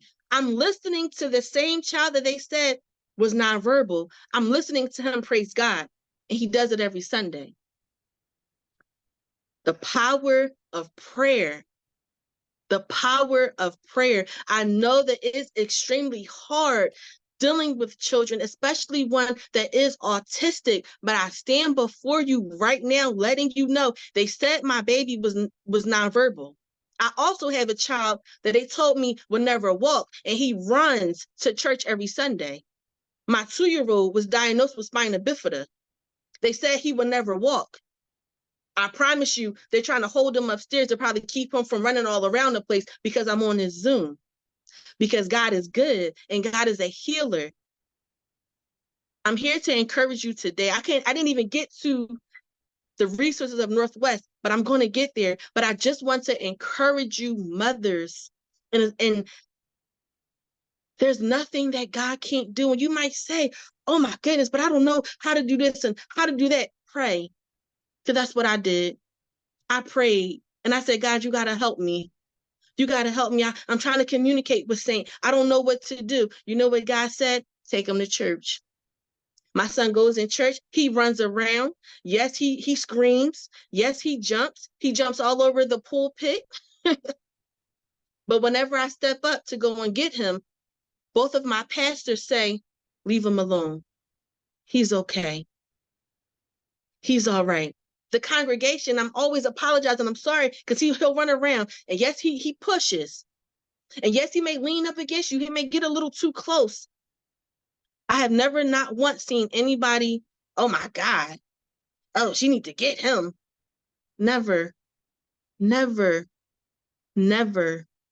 And I'm standing here just to let you know that yes, it's hard and it's difficult. But I'm telling you, my son will go get the oil from church and pray. My 2-year-old, the one they said would never walk, gets the oil and prays. I can show you pictures of him anointing my head with oil because I'm at church and I'm crying out to God for help. And he'll come and get the oil and he'll anoint my head. It just happened last Sunday. I fall out at church almost every week. I know my kids are like, oh my goodness, here she go again. Yep. And church is tomorrow. And I'm pretty sure I'm gonna be on the floor tomorrow too. But I'm just here to encourage you all. Yes, it's hard and yes, it's difficult, but just do yourself a favor and try Christ. I know we want to go to we go to the specialist and they tell us all these things and it hurts. It hurts our heart because it's like, oh my God, like I don't want to believe that I'm not going to hear my child say, I love you. Because that's what they told me. Mom, yeah, because he's nonverbal. My son tells me he loves me. The other day I made dinner. I said, Saint, go tell Sean and Sabrina that it's dinner time. He went to the bottom of the steps and said, Sean, Sabrina, chicken, letting them know that it's time for dinner. And he's expressing himself and he's talking. So I just want to just let you mothers know that, yes, we hear the diagnosis. Yes, it's hard. Yes, we get up every morning like, how am I going to do this? Please let me tell you, I get up every single morning at 6 o'clock and I get on my church prayer line. And we're on there for maybe about 3, maybe 4 hours every morning. And I pray and I lift my son up in prayer. I lift my children up in prayer. I lift my husband up in prayer because prayer changes things. And I know it sounds cliche because whenever I say it to people, they're like, oh my goodness, oh, here she go. Like, I don't know what else to tell you because I've seen it with my own eyes. I've seen it in my own life. My 2-year-old had to have spinal surgery at 4 days old. And I remember them telling me, Mom, he's not going to walk. After his surgery, I went up to see him. He was laying on his stomach. His back was bandaged. The doctor was still with him. And I said, how is he? She said, Mom, I got to tell you something. And I probably already hit the floor in my mind. I said, yes. I said, what is it? She said, he's heavily sedated. He's still out of it. She said, but he's been moving since he left the table of having his surgery. Since he had spinal surgery, Mom, she said, he's been moving. I said, moving how? She said, look at him. When I looked over at my baby on the bed, he was wiggling his hips. He was wiggling his hips. He was moving side to side. She said, Mom, he's sedated. He's out of it. But he was moving. And it was just God letting me know that, yes, he had to have spinal surgery. Yes, it was unexpected. Yes, you're sad. But I told you that I got him. And all I had to do was trust God. My son came home with a catheter. Can you imagine having to use a catheter on a newborn baby? I was terrified. They said, Mom, don't worry, because as he gets older, he'll be doing it himself. And I said, I rebuke that in the name of Jesus. I said, because there's nothing normal about having to use a catheter to relieve your bladder. I said, I don't receive that. He went home. And then 1 week, the urologist said, He doesn't even need the catheter anymore. I said, well, don't you got to run some tests? He said, no, he doesn't need it anymore. He's all right. They told me that children with that diagnosis of spina bifida, it was called myelomeningocele, which is the worst form of spina bifida. It is when the spine is incomplete, is not closed. So he had a hole like this, but it was covered with a sac, almost the size of a golf ball. And I remember them telling me, they said, Mom, we never seen a situation where we had to go and do surgery and it did not require brain surgery. And I said, what do you mean? They said normally that the spinal fluid that goes back into the brain because is that incomplete, that hole is there. I said, but does he have fluid on his brain? She said, no. She said, I've never seen a situation where those two surgeries did not go hand in hand. So all the while, God was showing me, I got you. And I have your children because you prayed. My son's name is Samuel. For this child, I've prayed. I prayed my entire pregnancy for Samuel, and I'm still praying for him. And God is showing me, what can I do? Your son is here, and he's considered nonverbal, but he preaches every Sunday. He stands side by side by your pastor every Sunday. What can I do? And I remember one day I cried out. I said, God, I was frustrated. Satan was doing this and doing that. He was all over the place. And I said, Lord, I just want him to be normal. And the Holy Spirit sat me down and he said, are you sure that's what you want? And I said, yes, I want him to be normal. I want him to be able to talk to me and let me know if he's feeling okay or this or that. And God said, let me explain this to you. He said, normal children are not preaching the word of God in church every Sunday. Normal children are not laying hands on people, anointing their heads with oil. Normal children are not singing and shouting hallelujah. He said, are you sure you want him to be normal? I said, no, God. I said, because I know you have a plan and purpose for his life. So no, the way he is today is what you want him to be and who you want him to be. And I will not stand in the way of that. So I told y'all I love a good story. This is my book. I'm going to share the link with y'all so y'all can read all about it. But Northwest Counseling Service is more than just a place where I work. It's a place where I'm dedicated. It's a place where I went through and I know that their services are official because they've helped me. Okay. So is a nonprofit organization that was founded for the purpose of providing real estate and housing counseling services to Philadelphia area residents. So if you know anybody who needs services, we provide credit counseling and foreclosure prevention program, financial literacy training, home maintenance training, homeless services, pre and post purchase counseling, rental housing counseling. If you know anyone that's behind on their mortgage and they need assistance, Northwest Counseling Service is the place to go. Yeah, like I said, share my. Yes, I came in with my $1 in a dream, and I told y'all 3 times already. I probably didn't have $1, but God made a way. Even as an employee, I still needed assistance, even after I got my house. And now I fell behind a little bit, and I had to go through the services even as an employee, because we all need help. We all need help, and we all need prayer. I'm going to put my information in the chat box. And if you want to reach out to me, if you have any questions, any comments, I would love to open the line up for that. But if you know anyone who is behind on their mortgage, who needs help, if you're interested in buying your first home, if you're interested in whatever, if you need prayer, whatever you need, I'm here for you. I hope I did not go over my time. And yes, I will put all the information in the chat box. Yes, absolutely. Thank you for allowing me to share. Bianca, I did put, I copied and pasted because I'll be getting the emails, some of the information from there. So just real quick, because I know Michelle has to go, because I know that we get ready to wrap up. 2017, going through a whole bunch of stuff, okay?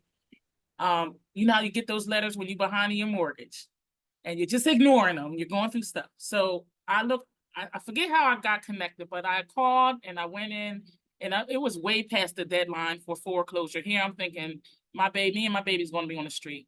I walked into Northwest Counseling Services, and whoever the lady was helped me out so much. It gave me so much hope.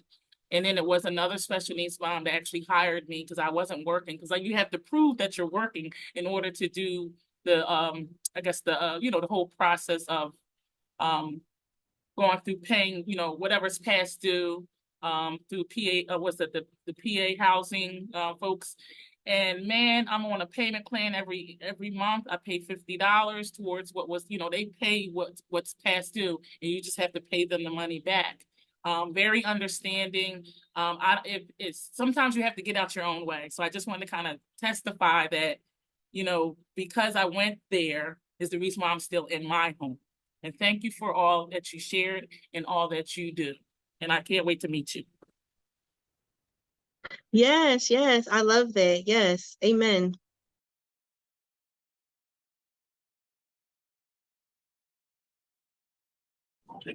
Great job.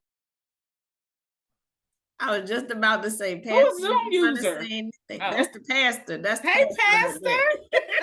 Oh, he in the cut. Okay. Good afternoon. Well, good evening. You guys this is a phenomenal gathering. I'm very thankful. I've been enriched and enlightened by all the valuable information, the awesome women that were on.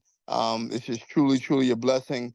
And I thank you guys for just organizing this and keep doing what you're doing. You all are inspirational, unstoppable, unmovable, be steadfast, and continue to stand on God's word. With Luke 137, with God, all things are possible. So y'all keep standing. I'm very, very proud and honored to be on this afternoon. Amen. Amen. Thank you, Pastor, for joining us. Bianca. Every time we connect, I learn something new about you. But I just want to share. So I just went to, so this is actually my second time going, but the first time homebuyer class with Urban League, the place that me and my kids just moved to in April. I don't know. It seemed like it's a pattern because I'll go and I'll rent, and then as soon as we get settled in, then the landlord talking about they selling the house. So it happened to us again the third time. This the third time. So I was like, this is it.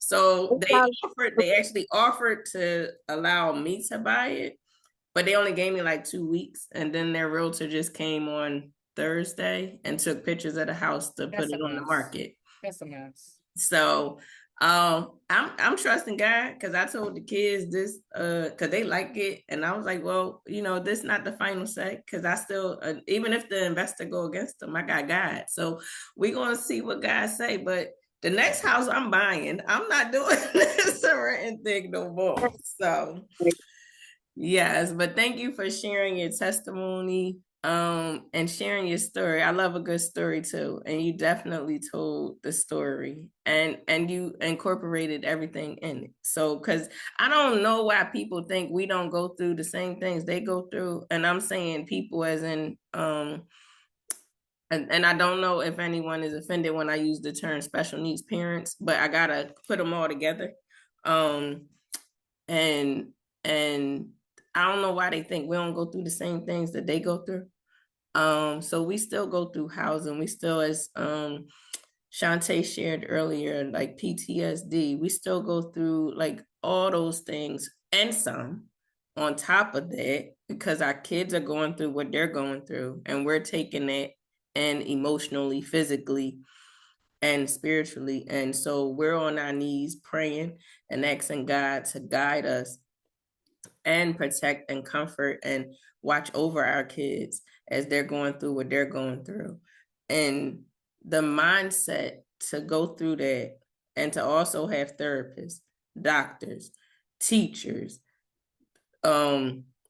multiple therapists, because if you have outside services and in-school services, then you got to deal with all those people as well.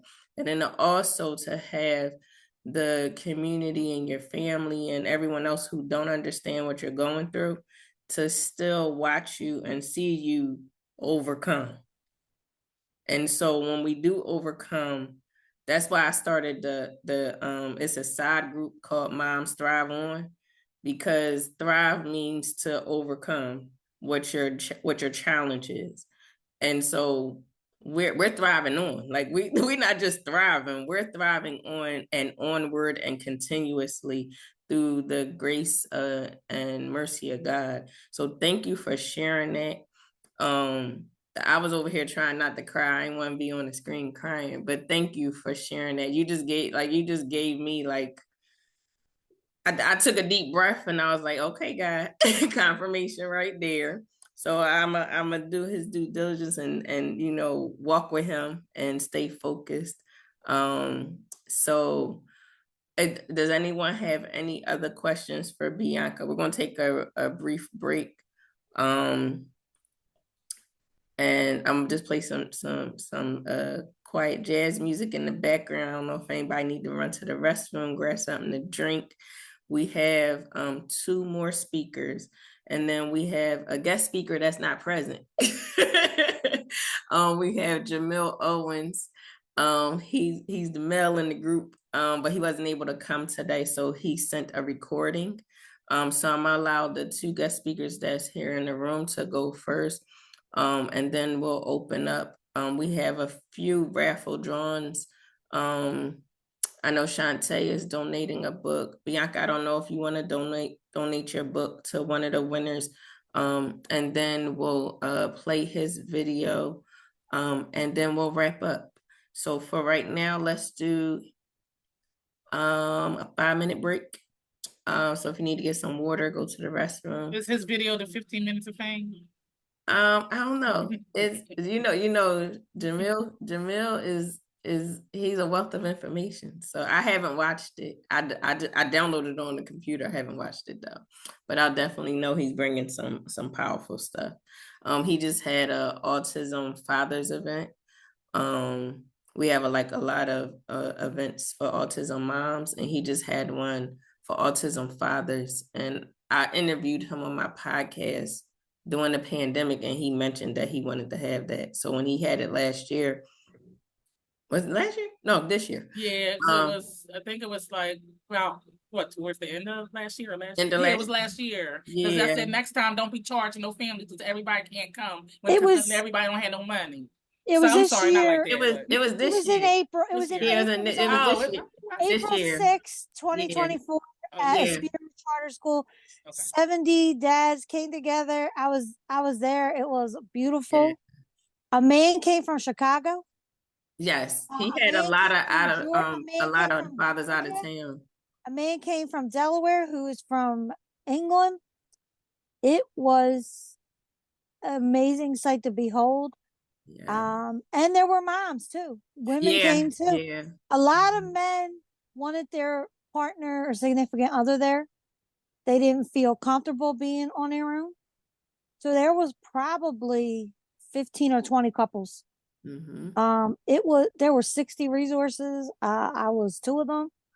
I was wearing a couple hats that day. Couple hats. Yeah, I was there for Elwyn and the PICC.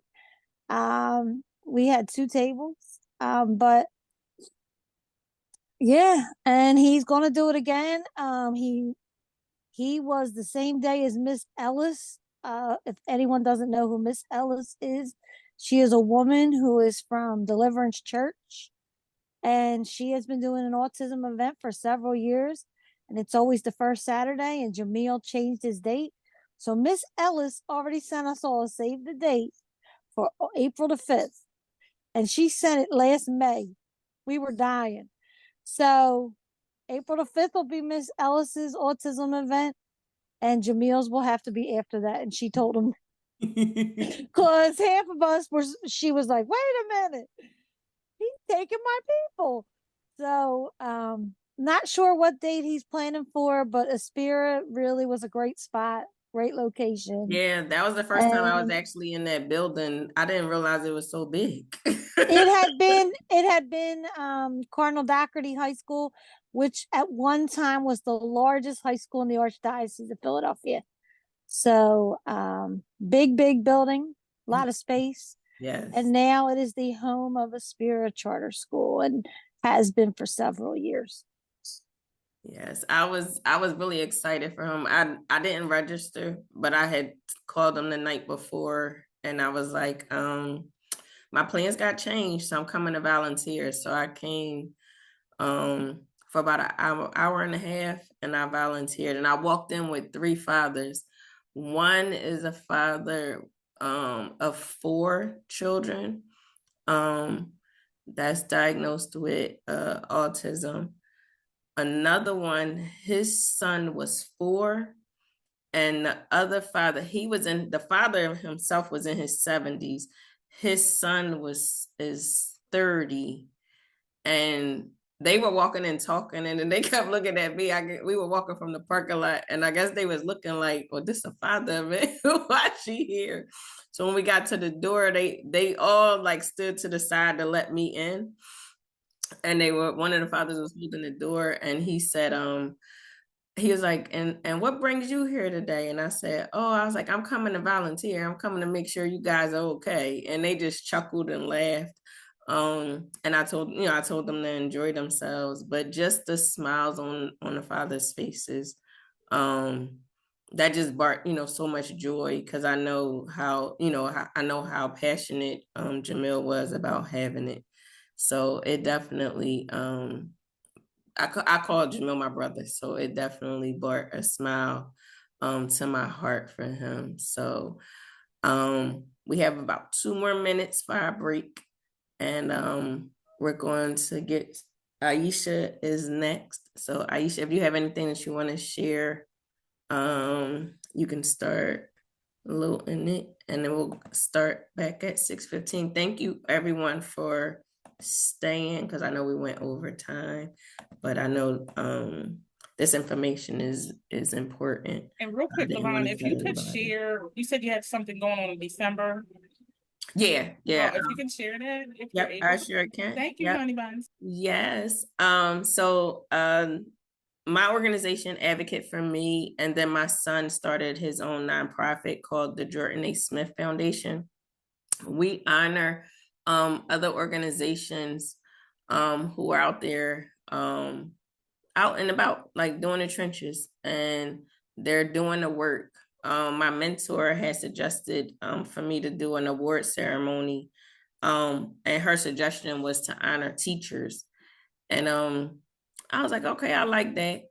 And but when I went to sleep, I was like, well, who's honoring us? And we're the one out here every single day,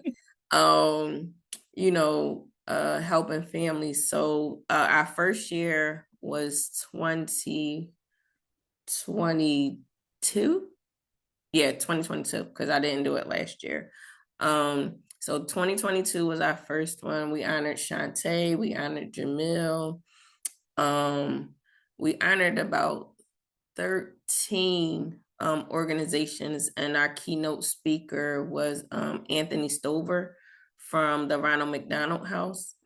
And so this year, at the top of the year, I was like, okay, God, do you want me to do it again? And he said, yes. So this year we have 11 recipients. It's scheduled for December 7th. I am still looking for a location. So hopefully within the next 2 weeks, we'll have that finalized, and we'll start sending out the tickets. It is a ticketed event. It is catered. It is formal. We honored Michelle and Khalil. We honored Education for Institute for Early Intervention, which is one of my mentors and my boss, and Dr. Essence Presley. And it was a great event. Like I didn't know, even with like today, like I just pray about it, I just execute it, and then I let God do what he gonna do. And so it was, Shantae was crying. It's like, and everybody enjoyed themselves. Like we're still sharing pictures from the event. The photographers, they came in. I actually worked with them at the charter school that I work at, and they came in and took so many pictures, and I'm still like sharing pictures with my assistant so that he can share it. But it definitely was a joyous occasion, and I can see, when we do this work, we don't expect anyone to honor us. We do it because we're passionate about it. We love what we do. We love helping families. But I decided that I wanted to give them their flowers now, and so Jen Fisher will be our keynote speaker this year. I'm excited to have her as our keynote speaker. And so just stay abreast in our social media and email. We have an email blast coming out in a few weeks about, just what we've been working on. So, and you'll get to see the recipients that's being honored, as well as the location and the ticketed price. Yeah, you got me good 2 years ago, Laverne. We sitting in the meeting planning it. And I was like, oh, this is so nice. And then she's like, yeah, you're one of the recipients. I'm like, wait, what? Wait a minute. We gotta find somewhere to put all these awards, man. Yeah. Between all of us, really. Listen, I'm trying to catch up to y'all. Y'all laid the groundwork. I'm just, I'm trying to be on y'all level. I'm an old vet. I'm watching y'all do your thing now. I'm tired. That's how I was on you. That's why I was on you in the parent support group. Like, yep, you gonna be the next one. You did say that. You did say that. Passing the baton is right. Yes, Yep, right, Shell. Yeah, look, because Michelle be passing it. I'd be like, no, I'm okay. She'd be like, no, we're going to do this. And my homie Khalil's in the building. I just wanted to acknowledge him. Yes. Him and I had the pleasure 2020, February, the Judges Conference. I work for Philly Autism Project as well, guys. And so we got a chance to do a skit in front of 170 judges. I acted like I was someone on the autism spectrum because when something happens with first responders, they don't know our babies. So I did a skit to break it down, and I acted like I was stemming, and I said, nothing but the truth. I said, you can't handle the truth. And I acted like I was repeating and echoing it and everything. And they came up and they thanked me. So we're doing a lot of work behind the scenes, working with 17 different countries to identify how families are recognized by law enforcement and stuff. I just wanted to kind of share that, but just big up to Khalil and all the work that he does as a self-advocate. Yes, thank you, Icy. Yeah, and I was about to say I want to thank my aunt for coming, but yeah, she did put her information what she needed in the chat. So if you guys know, I know Jen was speaking. Oh, that's Auntie? Yes, that's my aunt. See, that's what I'm saying. You ain't let me know who Hazel was. Don't be trying to hold nobody from us. No. Well, I know your other auntie / godmother, so Miss Victoria. Yeah, Miss Victoria. Isley, you know her too. She's part of the PICC planning committee. Mm-hmm. The one that drag with the drags? Yes, that's my that's her godmother's and auntie. Yeah. Oh, we all got the picture together. Me, Kathy, Jen. Okay, all right. Yeah, when we was at the award ceremony. Yeah. Oh, we steady talking. We're supposed to be taking breaks and everything. See? Oh no, you good. And this didn't say until 8:00 on the e-bike. I'm just saying, like. No, I changed it because I knew we probably would go. I didn't want it to cut off while we was on here. But yeah, Aisha, you ready? Let's see. Hey y'all, yes, I am. Give me just one moment. We was just warming it up for you, Bill. Yes. Look, and this is my thing about time.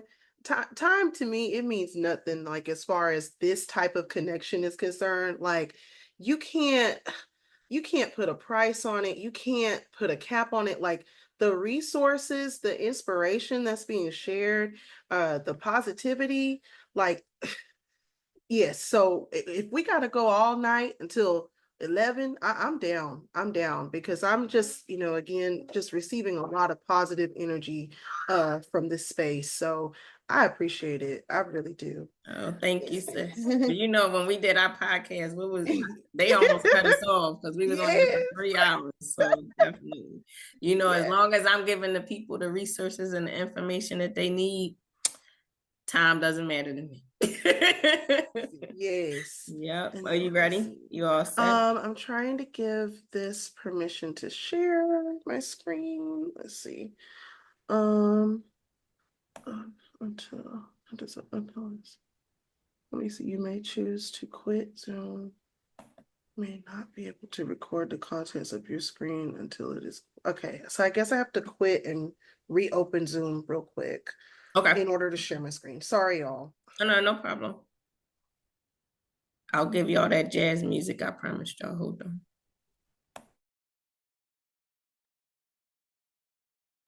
I'm gonna post the patent website link in because Jen and I, we're always going to conferences and there's parent scholarships where if your child's in a school system, they can attend the special education conference, they can attend transition conference, stuff like that. So I'm just going to put that resource in the chat.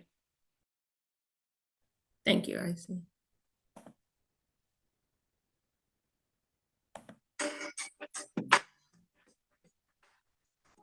Okay. And let's Jen, try this. PBIS conference coming up, Jen. I went last year.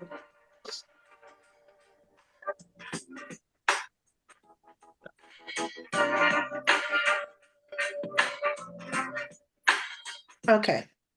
There we go. All right. And okay. Well, first and foremost, I just want to say thank you so much, LaVon, for inviting me to be able to speak today.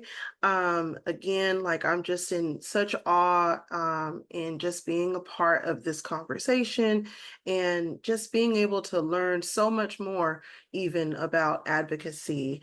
So with that being said, I'm really excited to be here to share with you guys. Plot twist. You are the hero. In my heart, I really believe that this speech or this presentation, whatever you want to call it, is something that God has been kind of preparing me to share with others throughout the years that I've had the honor of being my son's mom and all of the experiences that we've had together as mother and son. So my hope is that in some way, shape, or form, you will be able to gain something that's beneficial to you and help with just, keeping the movement going as far as supports for our children with disabilities and also adults who are medically dependent as well. So as I shared earlier today, I am an educator, particularly with the bulk of my experience being in the teaching of high school English. So this presentation is kind of a homage to that. So in hopes of trying to make this creative as well as engaging for you all. So this is almost in a way like a mini lesson on, what it means or what it takes to become that epic hero. Because, well, if you don't know now, well, you'll surely see why in just a few moments in time. All right, so since the dawn of storytelling, the concept of heroes who overcome adversity after adversity in the most incredible ways have captivated audiences across mediums, whether it's books, movie, television, you name it. We as humans, we are just attracted to these stories of greatness. So one of the common threads that links all heroes together, whether they come from the United States or they originated in Africa, the continent of Asia, that thread is the idea of the origin story. For the Aisha Krista Atkinson that you see today, I feel like her origin story began on November 11th, 2017. Just like any other mother, my world kind of changed drastically with the arrival of my son, Aries Rain Williams. From time to time, you might hear him in the background. So please just, bear with me. Sometimes he wants to share his little tidbit, and if he makes his way back around over this way, I'll definitely give him a little bit of time to just, say hi and, do his little song for you all. But at any rate, my son, at the time of his birth, was a 23-weeker micro preemie. He weighed 1 pound and 11 ounces in weight. And as you can see in the photograph, like his hands were so tiny that they couldn't even wrap or like fully around the width of my own finger. He would ultimately go on to endure 3 brain surgeries and 1 heart surgery during his 150-day stay in the neonatal intensive care unit of Children's Memorial Hermann. It was during this experience that I realized that all hospitals are not created equal, and that all hospitals are not staffed with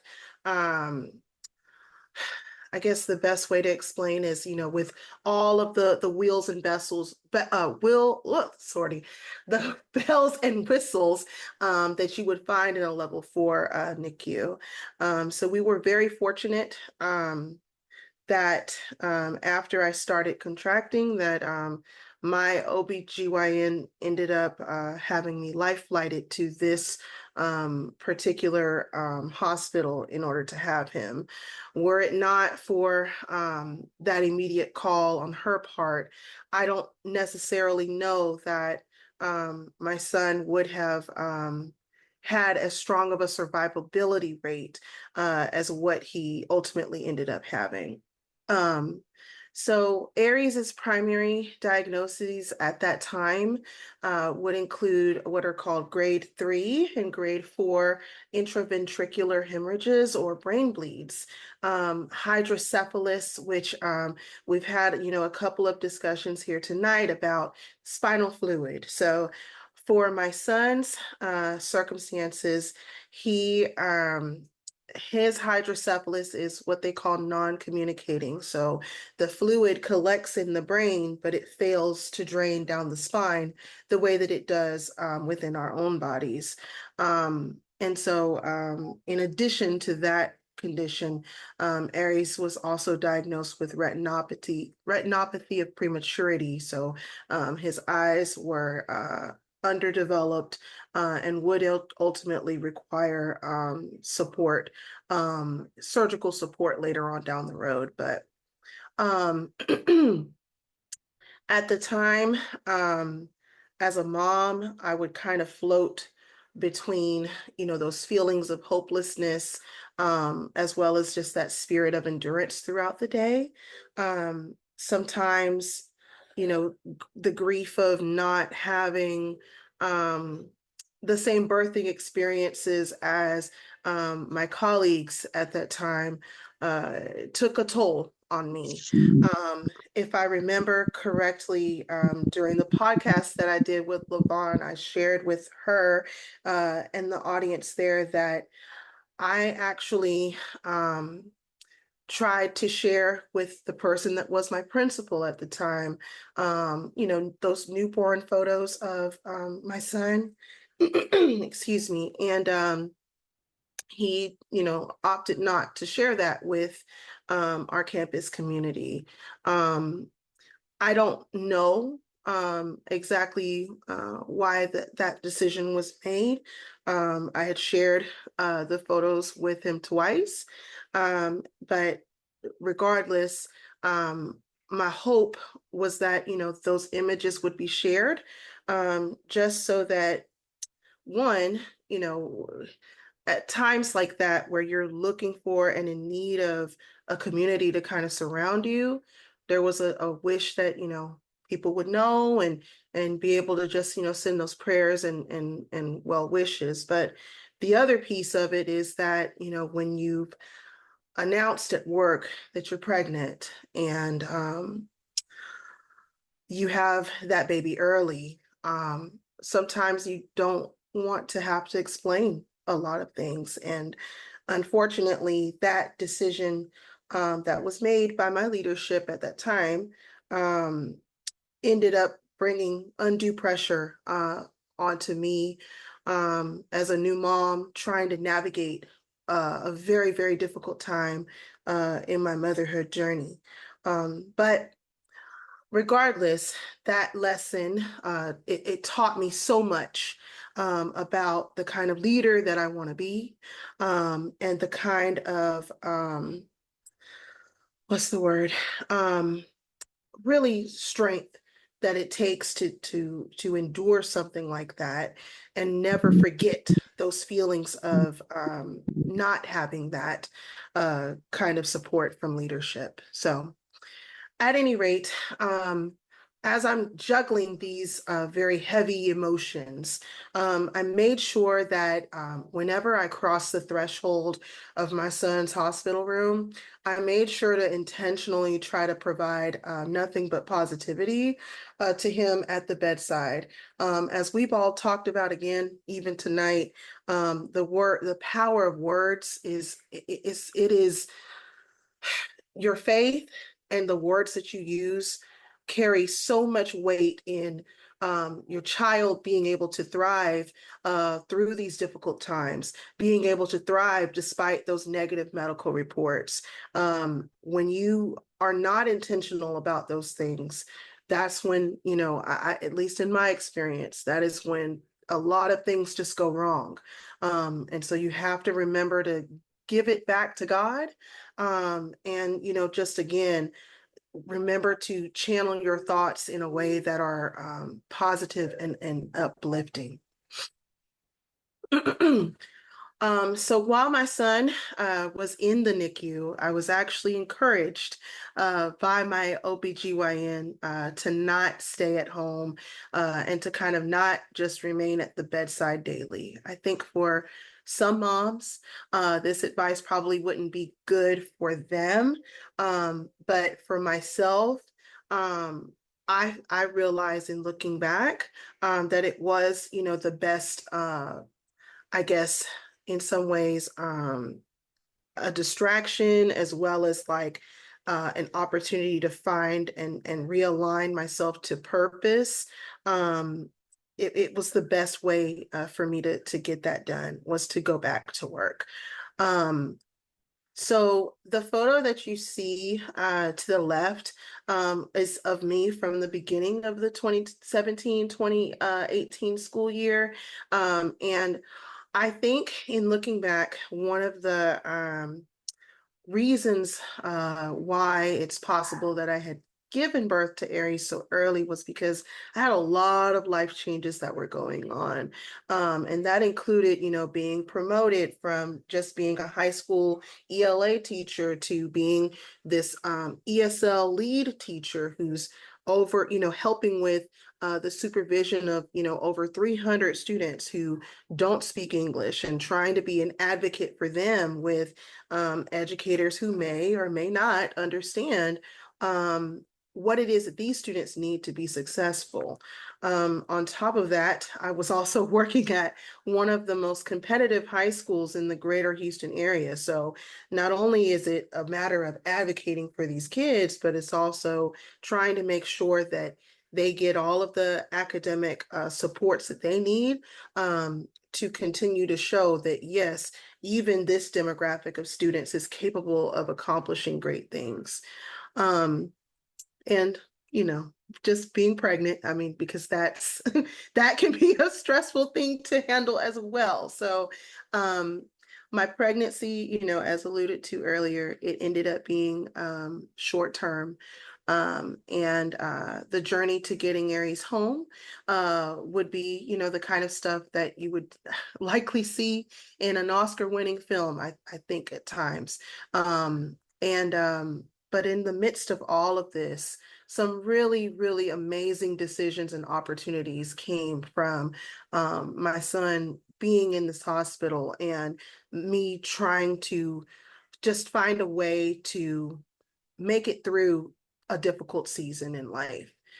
So in an effort to find connection, I created an awareness account on Instagram, and it's right here at King Aries Reigns, just to kind of account for his journey and, also bridge some connections between myself and other moms that were going through similar challenges. It is through Instagram that Lavon and I met one another.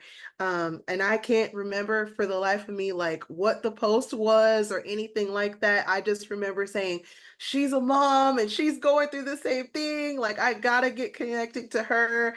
And, we've just been in communication and contact ever since. And with that being said, this very platform right here, is a way that I've been able to meet and connect with some of the strongest, kindest, and most intelligent women leaders I have ever had the honor of being able to know. Women like Lavon, Ebony Ford, Jessica Walker, Tiffany Finley, like they are moms that have overcome so much adversity and done it with so much grace.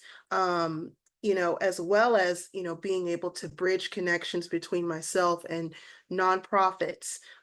During that time of my life in the NICU with my son, there were several nonprofits that supported us during that journey. And of course, seeing that, experiencing that as the recipient, is ultimately what would inspire me to kind of continue to try to find ways to do that for others as well.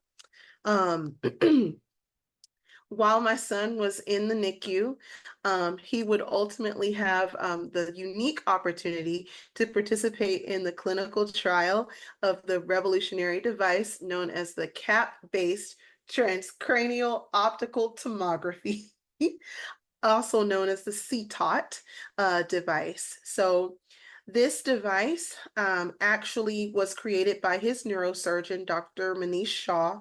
And basically what it is designed to do is scan the baby's brain without exposing them to harmful radiation, and actually uses like rays of light to see what's going on within baby's brain, as opposed to putting them in those MRIs or CT scanners.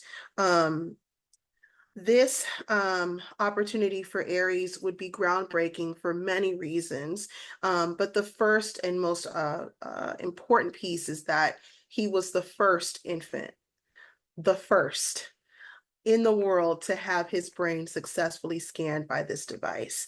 And the information that was gained from that particular device would end up being published in a research publication and be the source for several grant opportunities that Dr. Shaw and his team would reach out and in support of to keep this research going. So before my child was even 1 year old, he had an opportunity to change the world. And, just like Bianca shared, in her speech as well, I got exactly what it was that I was praying for without even realizing that I had gotten it. While my son was in my womb, I prayed for him to be a baby that would change the world, a kid that would change the world, an adult that would change the world. And, I think some people might feel sad and devastated about certain things, but the way that I look at it is a way of just realizing, like, God gives you exactly what it is that you're asking for, and then some. When I said change the world, I was just thinking of, he'll be a scientist and create something, not, a kid who's going to at some point be able to say, I participated in this thing, and individuals who are born like me are going to have an opportunity to not have to go through some of the things that I had to go through. Like, as a parent, that is, I don't know, just the stuff that just, gives you just so much joy and reassurance and in knowing that there is a God and that he sees everything, that he puts you in the right place at the right time. I mean, just the fact that his neurosurgeon alone is the one that was coming up with this device. Like you can't, nothing is coincidental. Nothing is coincidental.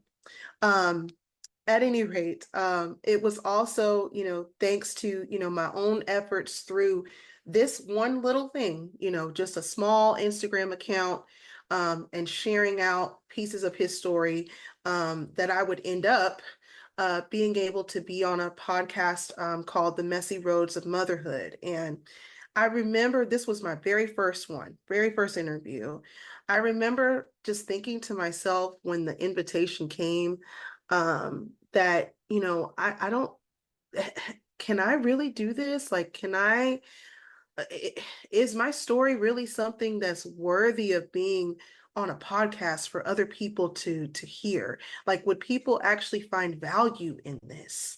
But what I realized as I tearfully kind of moved through that recording, was that it was of even greater value to me to release that pain, the regrets that come from, well, what if I had done this, or what if I had done this differently? And also just share as well the pieces of love and joy that came through that chapter too, because it wasn't all just hard times and surgeries. There were moments of joy, like this picture here. I'll never forget. That was his very first time smiling for a picture, like on cue, on cue. Those little moments made such a huge difference for me while we were in the NICU.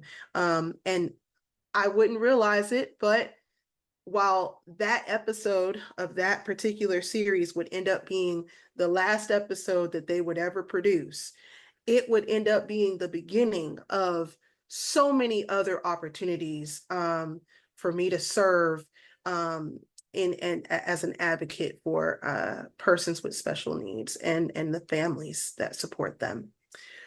So the next little piece on this epic hero's journey is a special education. So in April of 2018, my son would graduate from the NICU after 150 days.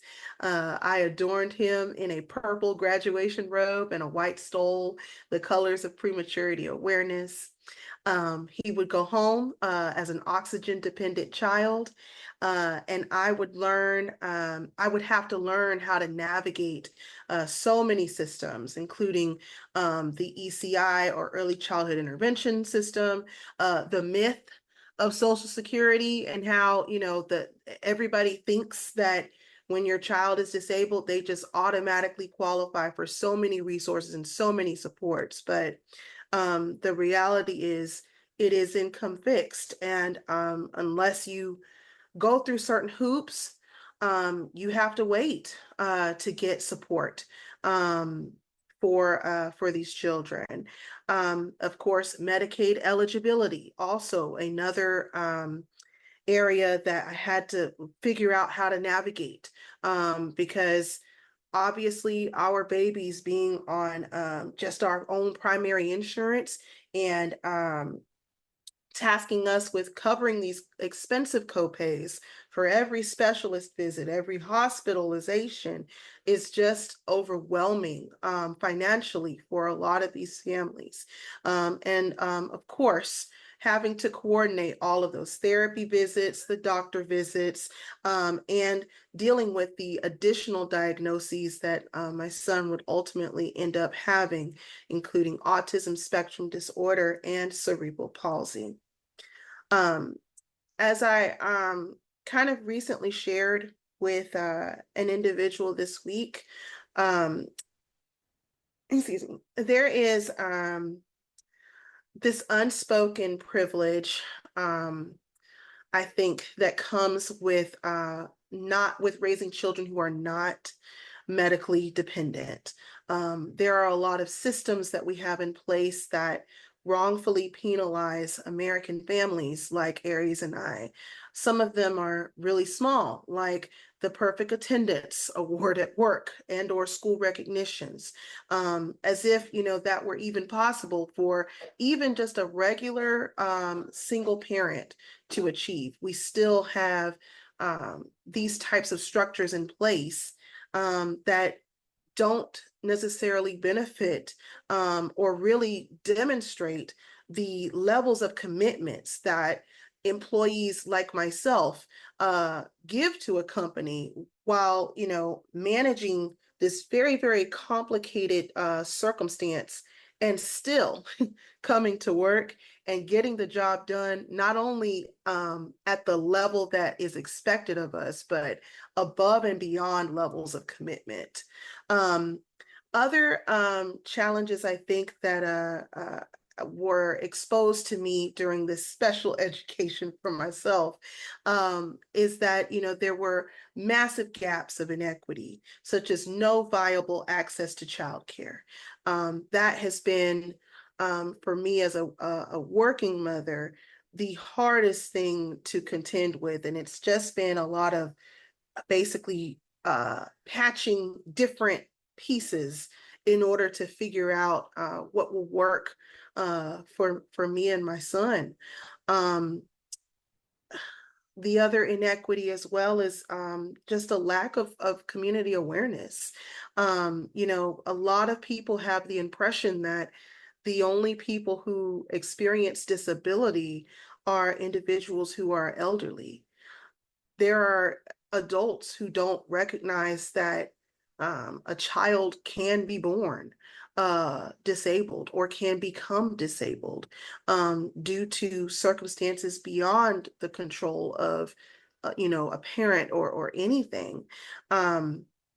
So with that, being said, in the midst of my special education, I learned that so many people had no idea how to adequately help me or how to adequately help my son or people like us. And that really hurt me to my core to see. But I uncovered ways to kind of help with channeling that frustration into forward motion, not only for myself and for Aries, but for my community, my state, and our country. In 2019, I had the opportunity to serve the Houston chapter of March of Dimes as a parent representative and lobby for the Preemie Reauthorization Act. This is a legislation that essentially provided specialized funding to families, particularly with emergency Medicaid for moms in the hospital, as well as emergency Medicaid for our premature babies. At the time, without, getting bipartisan support, that particular act would have phased out and so many families would have been negatively affected by that. This would end up being my first time, engaging with policy and advocacy, and would later lead me to start writing not only about supporting persons with disabilities, but even just in general for my field. And I would start writing for Education Week, Teacher to Teacher, Edutopia, and so many other publications, just continuing to advocate for the underprivileged, the underrepresented, whomever that is within our schools, within our districts. These are the populations that needed, I felt, me to try to speak up and share ideas and resources with them that would help them continue to thrive in their own way, shape, or form. In 2020, my son's participation in the CTOT device's clinical trials gained the attention of the Houston Chronicle, which is one of the largest newspaper publications in the state of Texas. And ever since that article, because I have continued to put my son first in everything that I try to do. He has on average been featured in at least 2 media outlets every single year from that time on.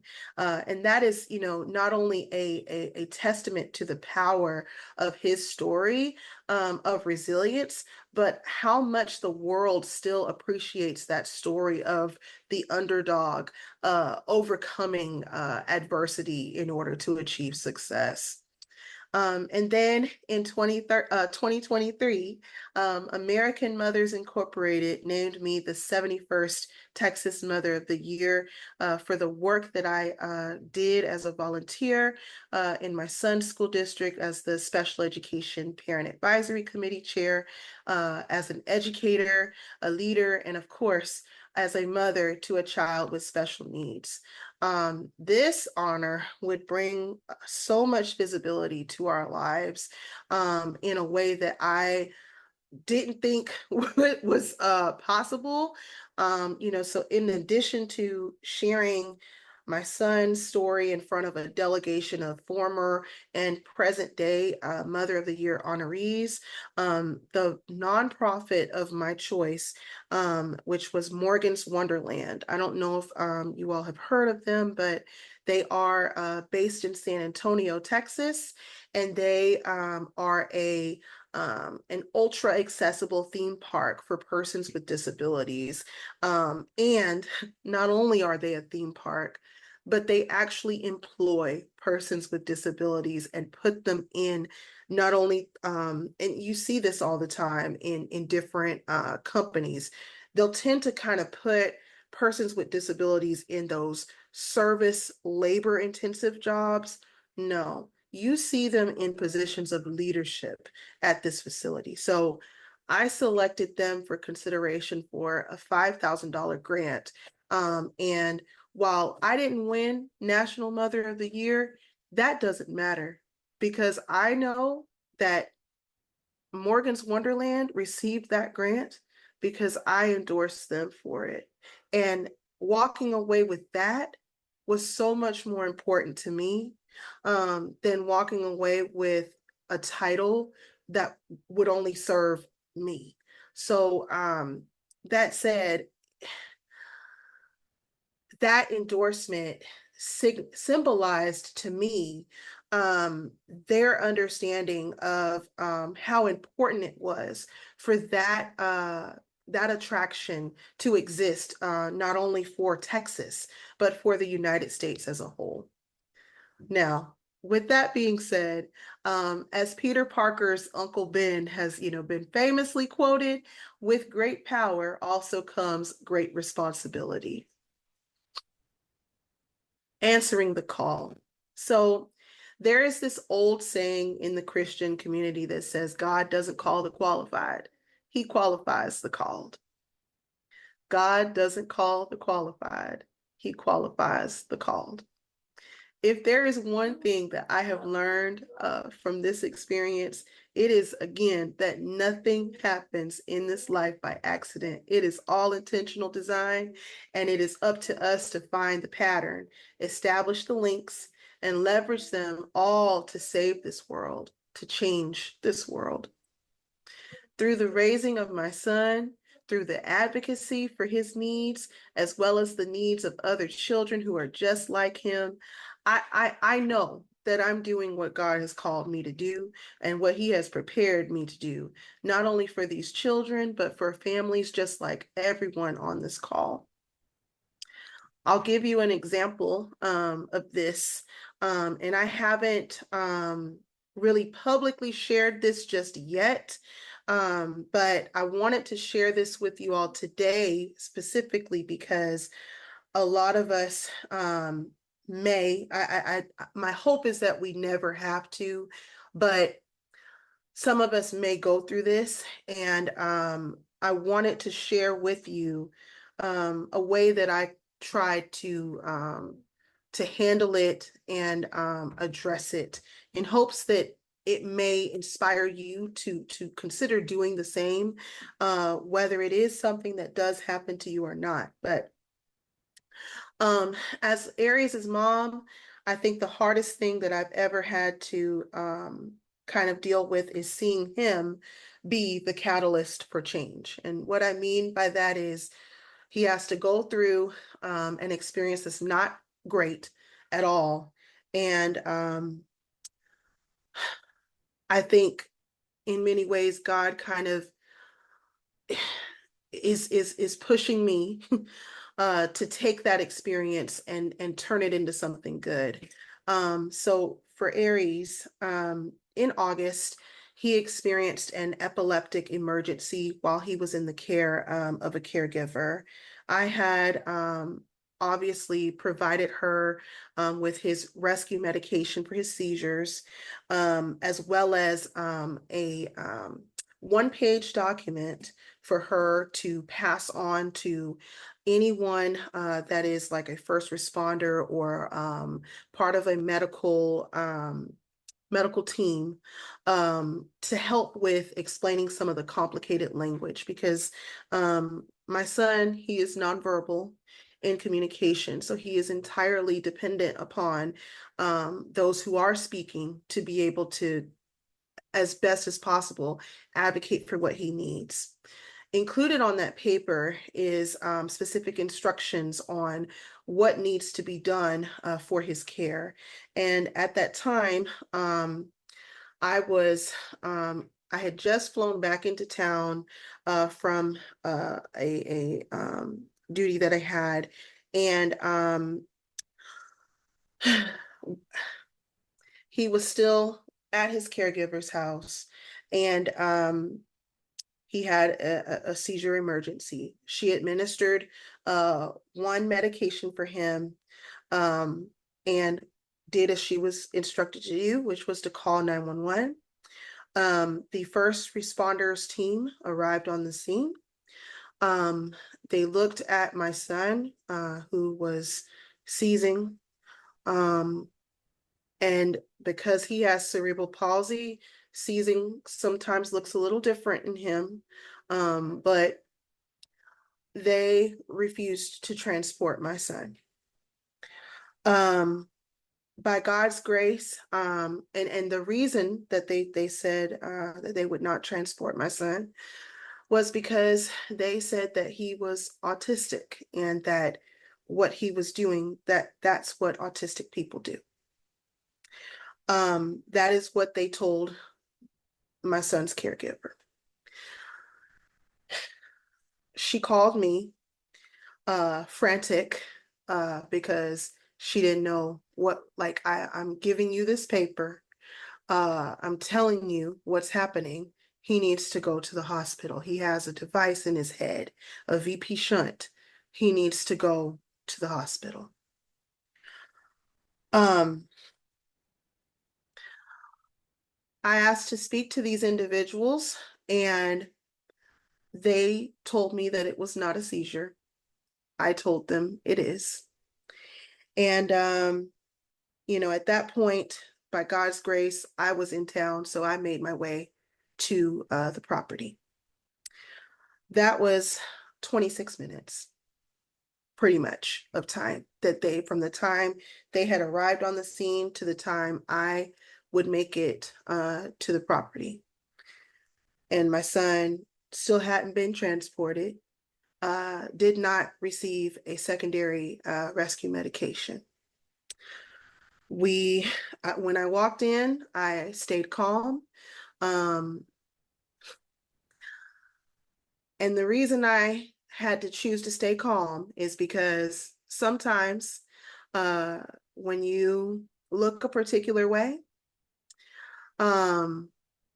you don't get the grace and understanding of, being that hysterical parent.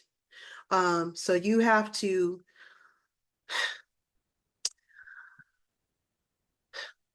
hide how you really feel in order to make it through a moment without the risk of, being put in harm's way, if you get what I'm saying.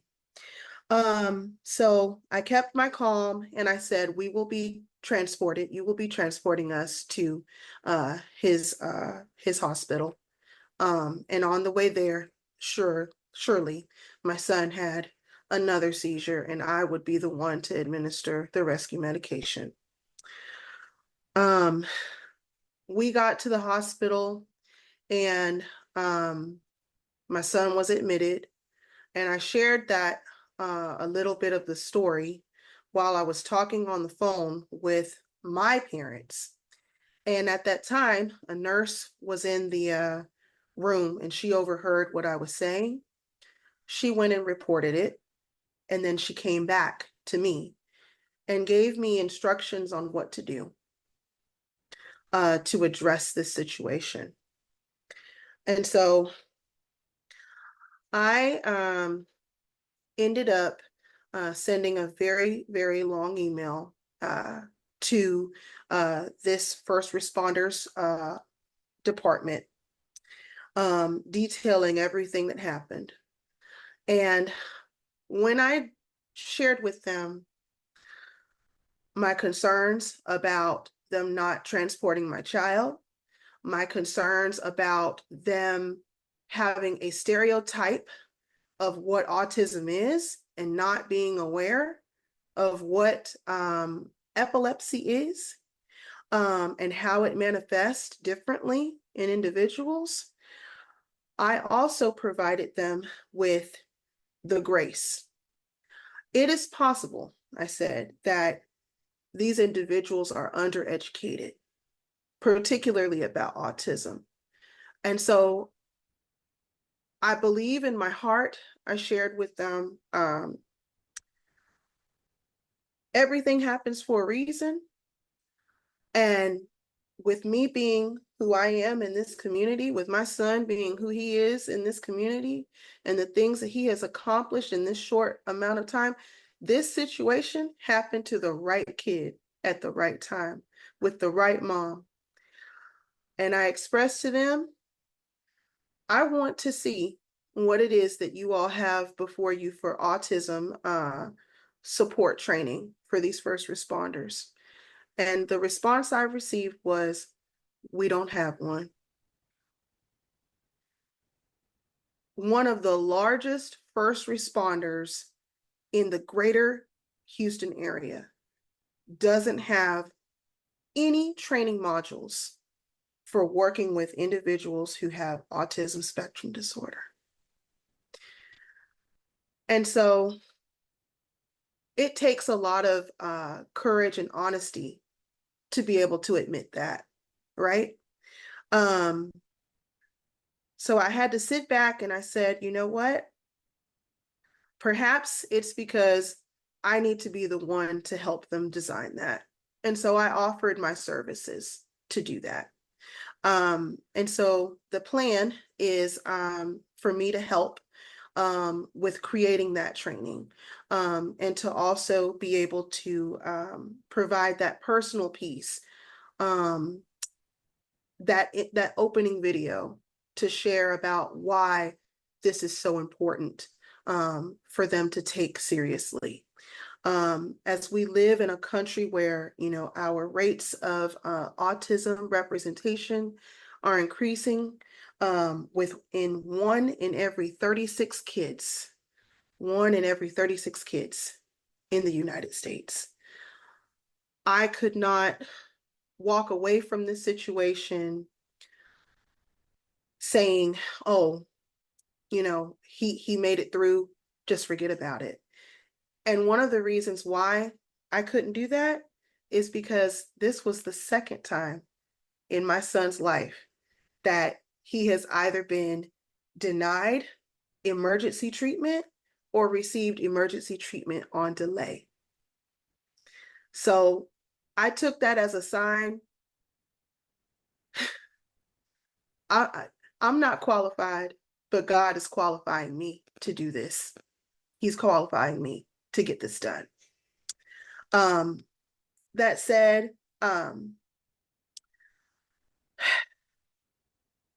there's a lot of hurt to overcome when going through these types of circumstances. But what I have learned is that going about it in anger is not going to to solve the situation. It's not going to withstand the test of time, whatever comes out from anger. I could have very easily filed a complaint against these workers. And while, you know, the intentionality, whether or not it was out of ignorance or a choice, that's entirely on them and the Lord. What I'm here to do is to provide support and try to ensure that this doesn't happen again. Because in the end, if the intention was wrong, it will be exposed. It will. And as I said, God will handle that in his way. But what I'm here to do is to provide the solution to this problem. Another instance as well, and I won't go too in depth about this one, but you know, just for the sake of brevity, but my son earlier this year was denied participation for Medicaid waiver, medically dependent children's program. It was wrongful. They said that he didn't meet the definition of being medically dependent, despite spending time in the hospital, despite multiple specialist appointments, despite the fact that he has a VP shunt. He needs devices to help him with walking. I mean, the list just goes on and on. So my approach was to reach out to my local representative, who happens to be the Senate chair for the Texas Health and Human Services Commission. And as fate would have it, she and her team very disappointed that this has been happening to kids in Texas. But as has been uncovered, and some of it is not necessarily the fault of the Health and Human Services Commission, because I think the intention was to try to help people during the pandemic. However, it was uncovered that there were a lot of families that were on that list who didn't need to be on it. But rather than going case by case and being intentional with looking at what are the diagnoses, what are the circumstances of these children, they would just mass deny these children. And, you know, my heart really and truly goes out to a lot of the families that this happened to, that are in, you know, certain Facebook groups that I'm in, before I was able to share what I did to resolve it. Because once you get knocked off of the waiver list, that's it. You know, you've got to start all over again. And so because I essentially kind of tipped off the Senate Commission chair, that in turn helped them with reversing a couple of others that were caught in that limbo. And of course, for those who did receive a denial and were still in standing of being able to self-advocate, they were able to follow the steps that I provided them for getting in touch with the legislator and making certain communications about what all is going on with the threat to lose your Medicaid waiver for the child. With that being said, in my situation, I received a personal apology from the Texas Health and Human Services Commission for that happening. And he was indeed restored his Medicaid coverage. But again, I'm not a medical attorney. Like I'm not any of these other fancy roles. I'm just a mom trying to do what I can to raise my son with as many supports as I can provide for him. But again, God doesn't call the qualified. He qualifies the called. So because this is hard work just as much as hard work, that's why.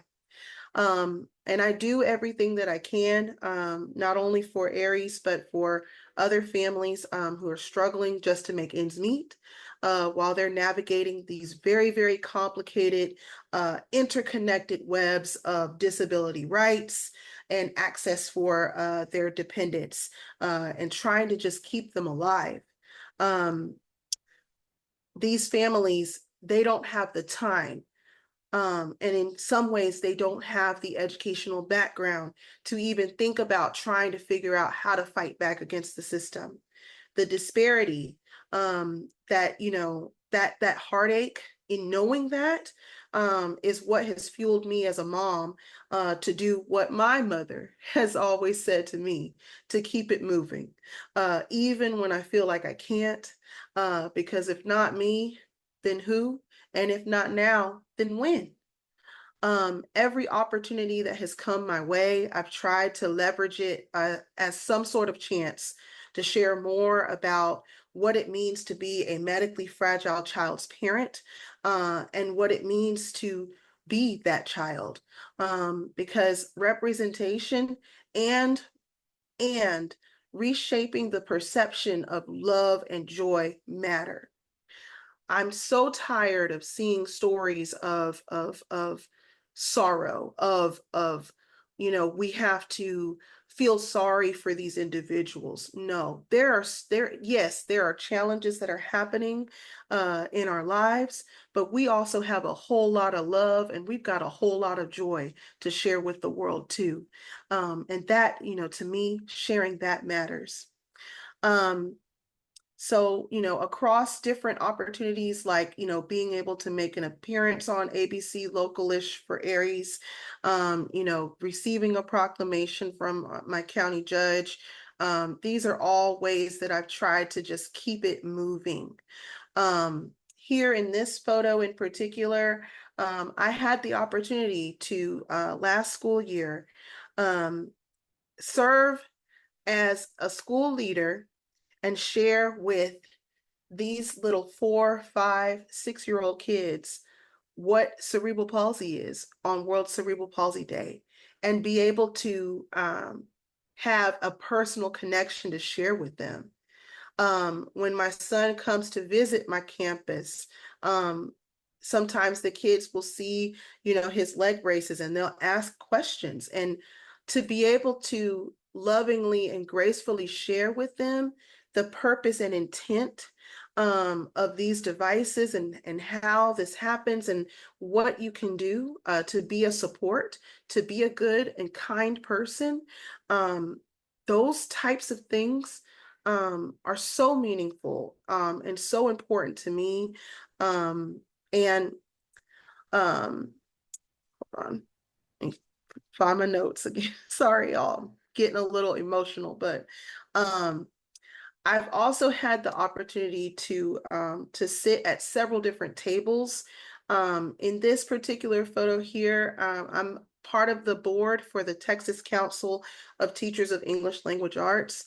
And one of the things that I'm able to bring to the table that others are not able to bring is, you know, what are the needs of, you know, our special education students when it comes down to literacy instruction in Texas?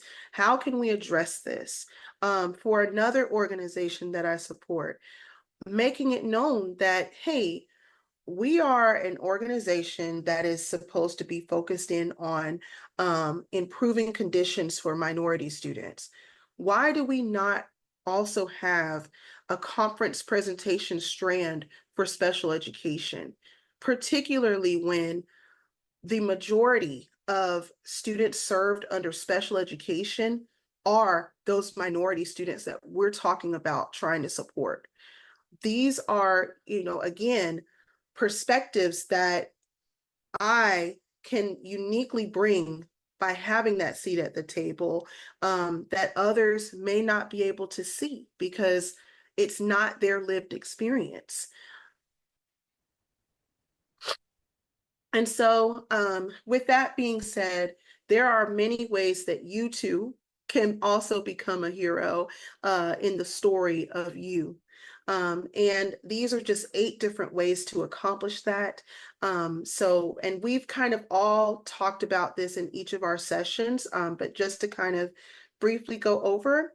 So social media awareness, okay? You can start a platform and share your story. Choose what you feel most comfortable with.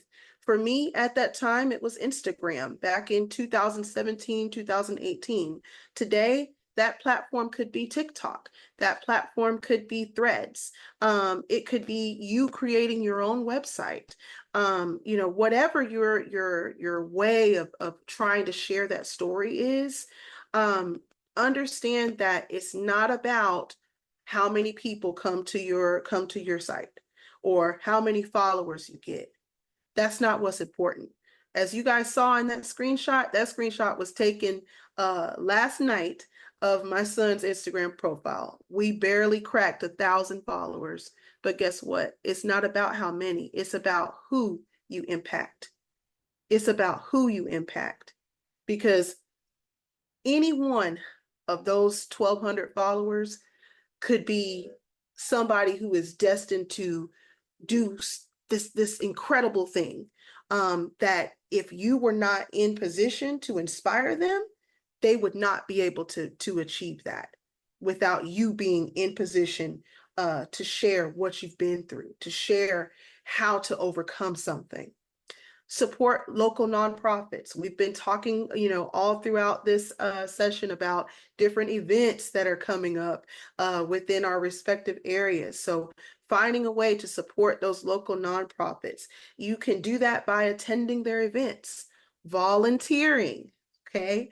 And that's not just, volunteering to be, in service to it by helping with managing the behind the scenes stuff, but volunteering to share your story, volunteering for that opportunity to be a speaker.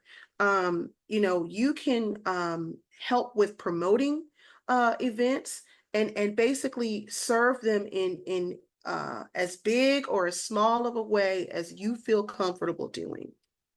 Leveraging other platforms. Again, Levon has an amazing magazine and as well as an amazing podcast series.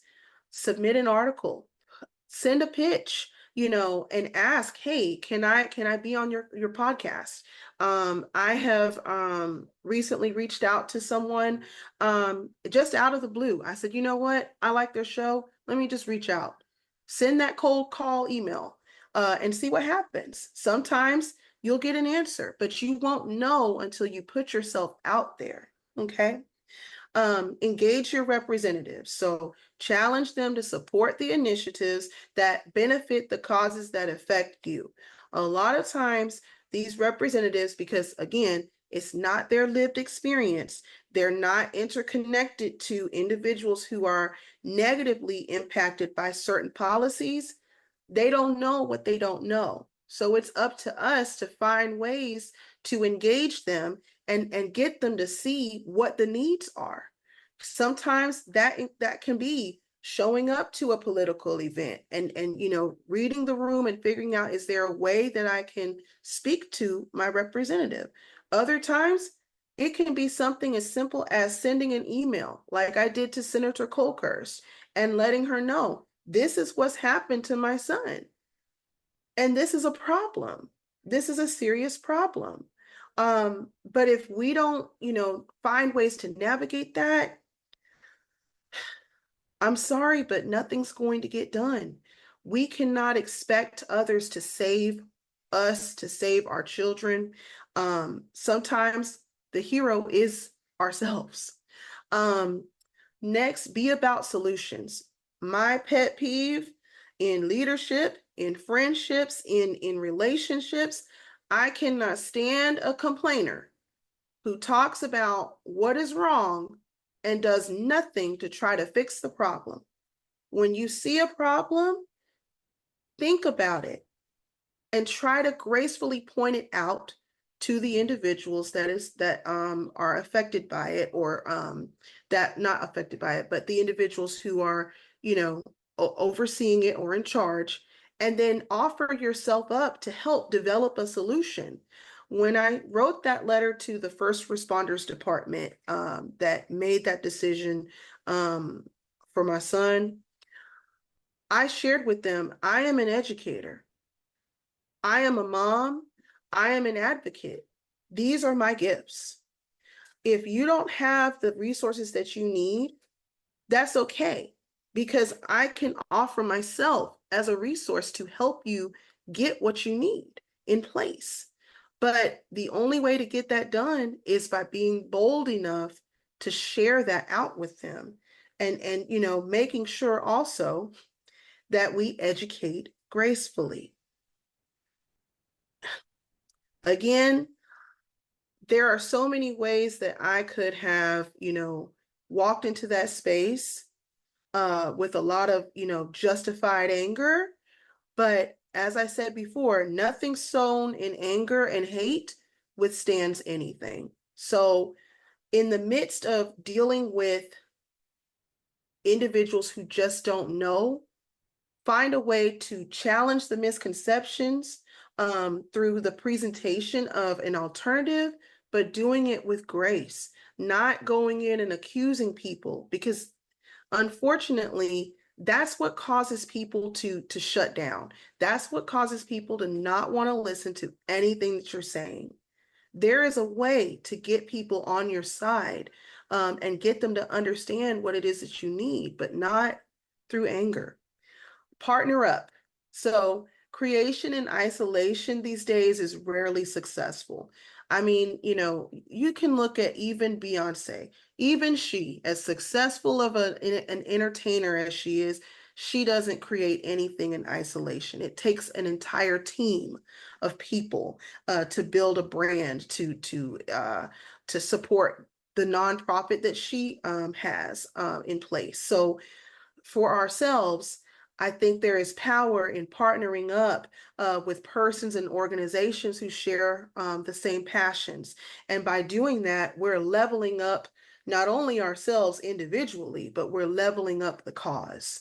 And then finally, lead by example. So you can't sit back and expect a community to lead with love and lead with grace and lead with inclusivity at the heart of it if you're not leading with love, leading with inclusivity at the center of what you're doing.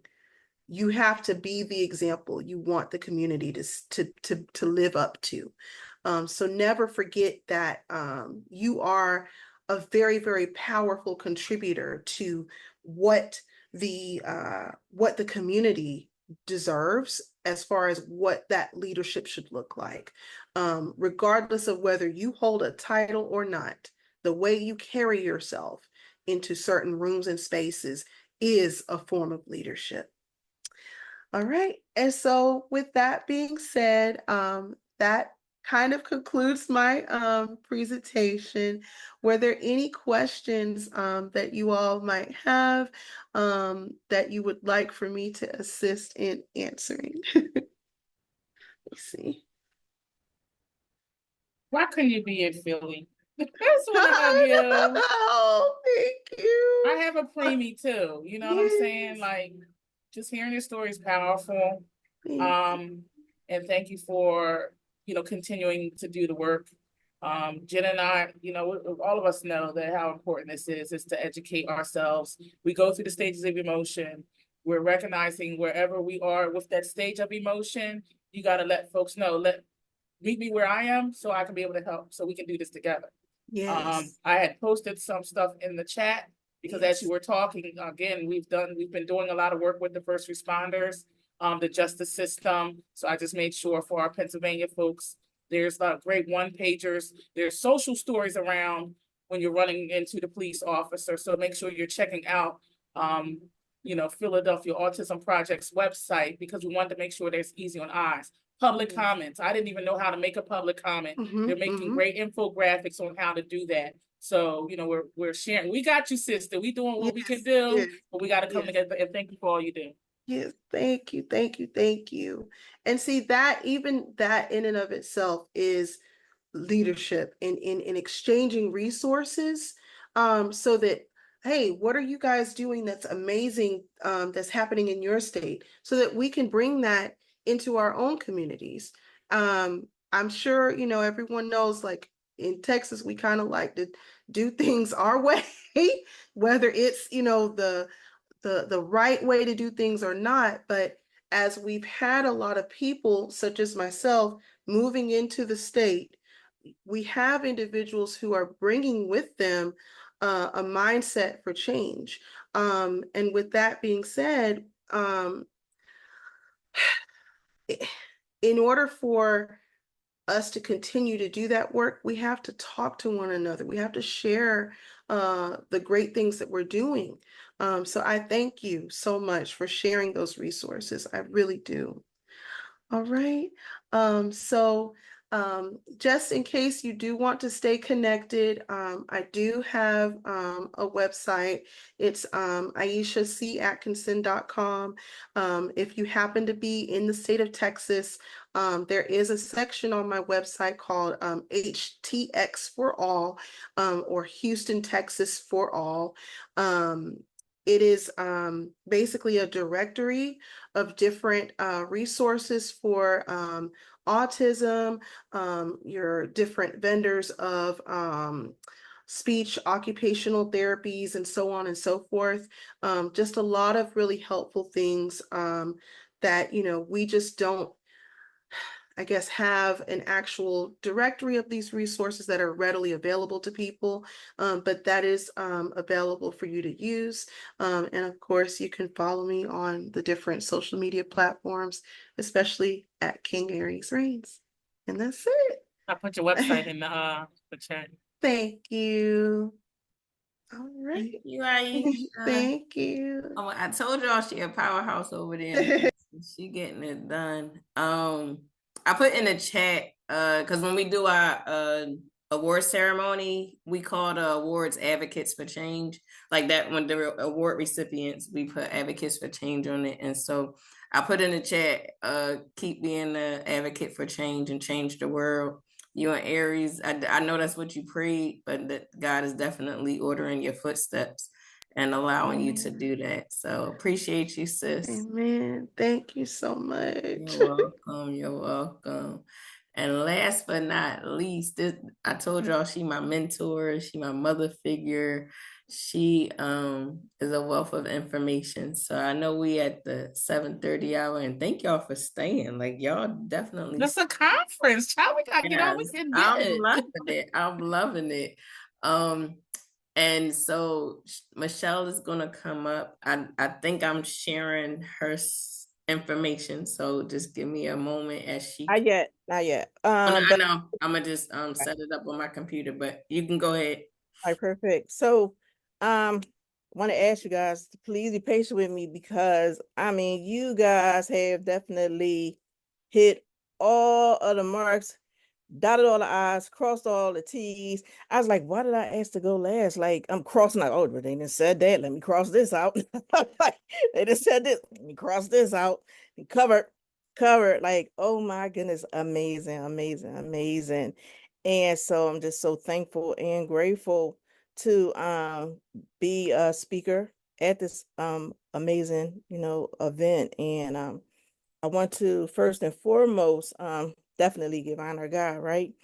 And even for Lavon, she is a giant in the autism community.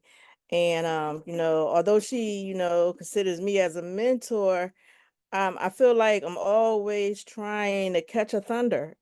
Every time I, hear something, it's like Lavon ceases to amaze me because it's like I'm constantly hearing that Britney Spears song, that music, and then I'm saying, oops, she did it again.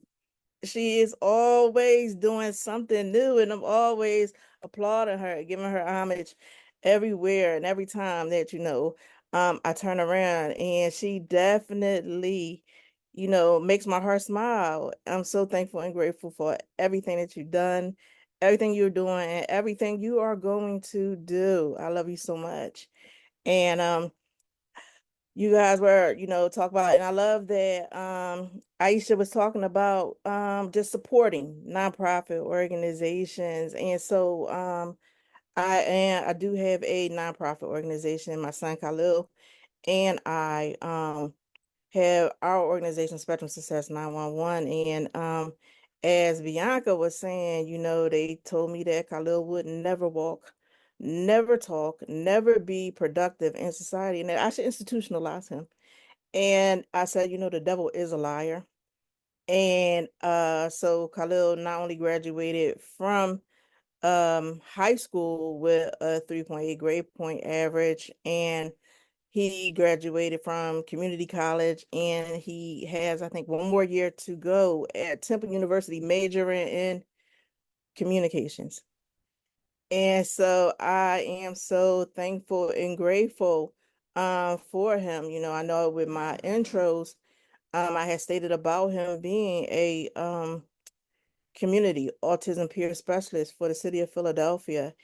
And is just amazing at the things that if we, put God first. And I think I was writing in some notes, like if you delight yourself in God, that he will give you the desires of your heart. And, it's like even with Khalil, and then I'm going outside of the way I didn't wrote my stuff on my paper, but my purpose, I talked about purpose, and it was like, a lot of times when we grow up and we ask kids, what do you want to be when you grow up? And I never say, oh, I want to be a cosmetologist, or, oh, I want to be a doctor, or whatever they want to be. No one ever says, I want to be the parent of a child that has a disability. I never said that. Well, I don't think any of us said that. But, I'm thankful and grateful that although I didn't find my purpose and it found me, that a lot of times people live their entire life and never know what they are supposed to do on this earth.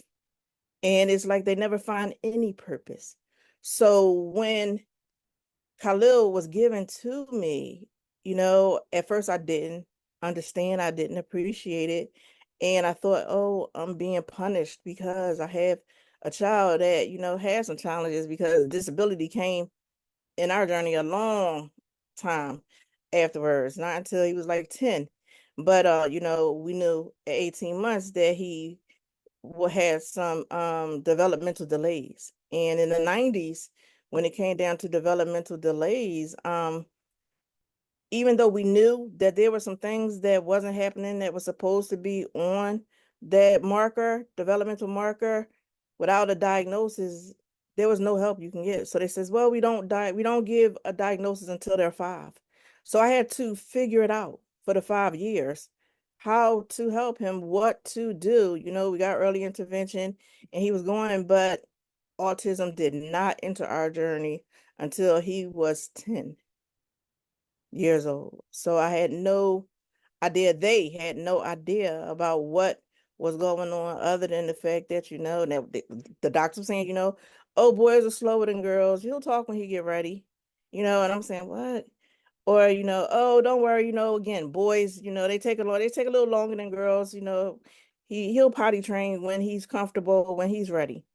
And, he didn't walk, he didn't talk, and he didn't, use the bathroom until he was 5 years old. I was ostracized from my family. They were saying, well, what kind of parent are you doing? Why you can't talk? What are you doing that you aren't spending time and making time for him? And it was like, wow, the shame, the blame, and the judgment, right? But that's, sometimes, and it hurts us more because it's the people that are closest to us that hurt us the most. So, the strangers saying stuff, we, be like, I don't care, I don't know you. But when it's coming from home, it hurts more, and but our nonprofit organization, because of the work that Khalil does, we decided to create Spectrum Success 911. So, Lamont, can you share the website? Just wanted to do a tutorial for you because we try to make it user friendly. Because I know a lot of us awesome moms, and that's AUSOME spelled intentionally. We, don't always want to talk to somebody. So I wanted to make it where it was user friendly, where if you wanted to call, you can definitely call. I'll answer my phone 24/7. I have parents calling about 2 o'clock in the morning. But the thing is that, I want the information to be there for them if they, need it or they're looking for it. And so I just wanted to give you guys a glimpse of the website. I'm loading it up now. Sorry. Perfect. Just sharing some photos of Khalil during the judges conference. Oh, awesome. Thank you. I know who to go to now when I need some I pictures. know. I'm about to hire her as the new tech person when I had. I know where to go. Yeah. And we know that visuals always help with the story. Absolutely. Okay. So just scroll up. And so this is Khalil's. The one with the regular blue was high school. The other one was college graduation. And this is right before I went to Levine's Mom's Night Out event. And you can keep scrolling, Levine. And so here is under events and resources. So can you hit the events, Levine? So under events and scroll up. Here is every month we list webinars that are free that you can sign up for, and you can hit the link on the, you can scroll up and show them. You can register for the events on our websites. And if you attend the live one, then you'll get a certificate of attendance. So for each month, you can click on to register here. And they have all different type of diagnosis, support groups, all different types. So there's all different organizations that have free webinars available for our parents or for anybody that's interested. It could be a caretaker, a family member, but all of the webinars are there. And so if you go back to the home page, go back to home, and wait, you can actually just go to resources. Click resources. Awesome. And under resources, you have all different tutorials, and you have links to organizations for advocacy. We have other things like 5 ways to deal with adult autistic meltdowns, married to a partner on the spectrum, 3 stages of a toxic relationship. So we also have included mental health, because our loved ones that are on the spectrum have multiple diagnoses. So most of the time when you have one, you mostly have others too. So we did not want to exclude mental health. Even along my journey, as I was learning about mental health, a lot of things started resonating with me, and I was like, wait a minute, I feel like I'm looking in the mirror for a lot of things. So a lot of the things I learned about mental health, I felt like I was now getting the names of the behaviors that not only myself but my daughter had exhibiting. So it was like, wow. So as I'm learning and empowering myself, I felt as though that it was time for us to empower others. And so you could go back to the home page and click home, and you can scroll down. And so we also wanted to keep going. Sarah, right, go back up a little bit. So Khalil wanted to share some pictures. Last year, his father, we found out his dad was sick. He had sarcoidosis and he succumbed to his illness. But Khalil wanted to dedicate, this is a picture of him with his dad at the zoo. And only I think Khalil was about maybe 3 or 5, and Khalil couldn't talk. Khalil was learning to walk, and he was on the picture there. This is another picture when the one with him with the hat on. His dad was graduating into becoming a detective. And I believe that when we took this picture, it was every bit of transitioning from spring into summer. And it was like, what? And the thing is a lot of times our kiddos, they don't understand about seasons changing. And the thing is, it's not about what's comfortable for other people. It's about what's comfortable for them. If they have a longer time transitioning, because I knew a lot of time, there was one situation with my mom. Khalil was in the car. My mom was taking us to the store. And so she was saying, why do you have that winter hat on him? And it's 70 something degrees outside. And I'm like, Mom, please leave him alone. It's fine. Let the hat go. He'll be okay. So I went in the store. When I came back, she was sweating. He was sweating because she had tried to take that hat off of him. Oh my God. And I'm sure he had every kind of meltdown and everything that could happen. And then when I got in the car, she was screaming at me, just leave the hat on. I'm like, I tried to tell you that. And so a lot of times what we have to do is when people are saying things to us, leave the outside noise outside. We have to close our ears. We can't take in everything that they want to say to us. Sometimes you can feel when somebody can say something that you don't want to hear. And you can say, I know you think that what you're about to say is helpful, but no, thank you. Thank you, but no, thank you. Sometimes, we can kill them with kindness as well. And so you can scroll up, Lavine. And so our programs, we have autistic ambassadors, and now we're going to have awesome ambassadors, and awesome ambassadors is going to be for our 18 to 30-year-old. We partner with Drexel Dornsife Wellness Center. And so we'll also be sharing the flyer on that. And we're starting October 1st, going to have 2 days a week.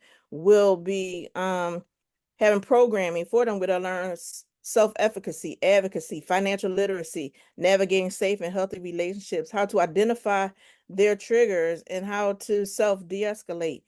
And so we're super excited. There'll be opportunities for them to have projects that they'll create and learn how to do fundraising for themselves, to raise money, to be entrepreneurs. And so we're really excited. So we also had Find a Hope After Violence, which was a 5-day family empowerment program that we did, where that was dedicated because when Khaled was 15 years old, he was coming home from his grandmother's house, and he 2 young men had approached him and said, give me your things. And Khalil didn't understand that he was being robbed at the time. So he was not compliant to what they were saying. One of them hit him.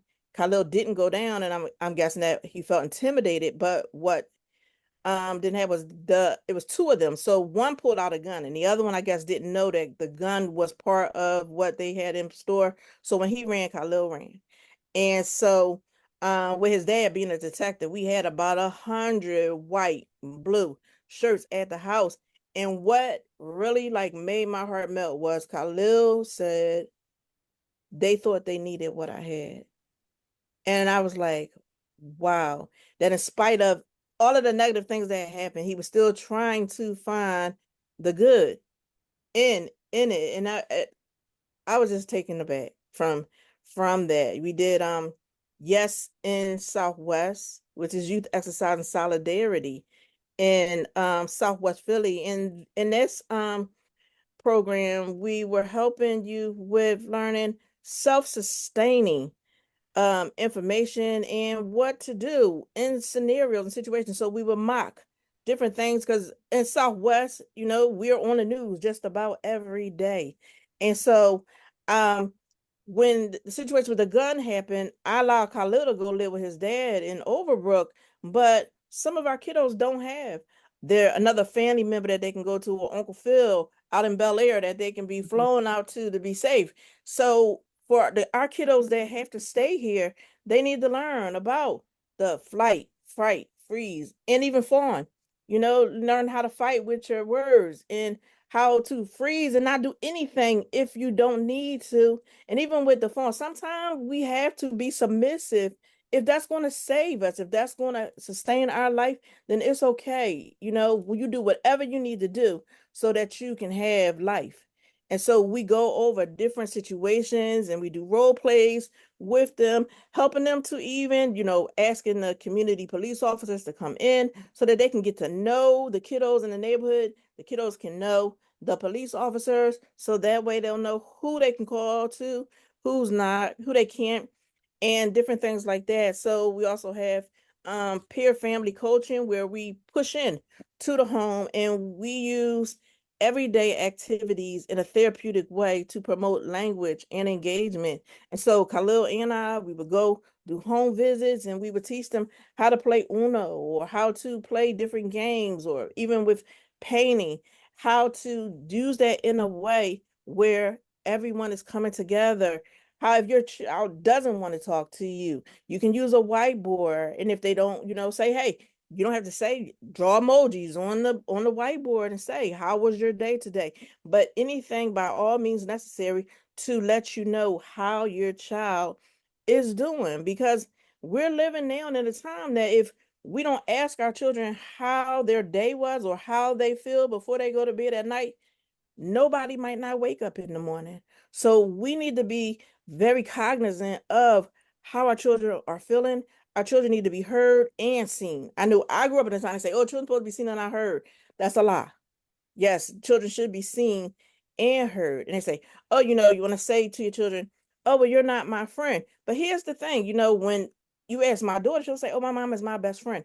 And that comes with boundary setting. That comes with letting them know there should be nothing that you can't say with to me, but you need to use proper language. You need to speak to me in the correct tone and use the correct language when you're telling me, because if my child is going through something, I want them to come to me and ask me for advice if they need it, because what I don't want is them to go to their peer or go to the neighborhood, whoever, and they're giving them information that is going to cause them to lose their life. So I do want them to be able to think that we have that connection, friend, friendly, whatever the case might be. But yes, I want to be your go-to person if you ever feel like you need something.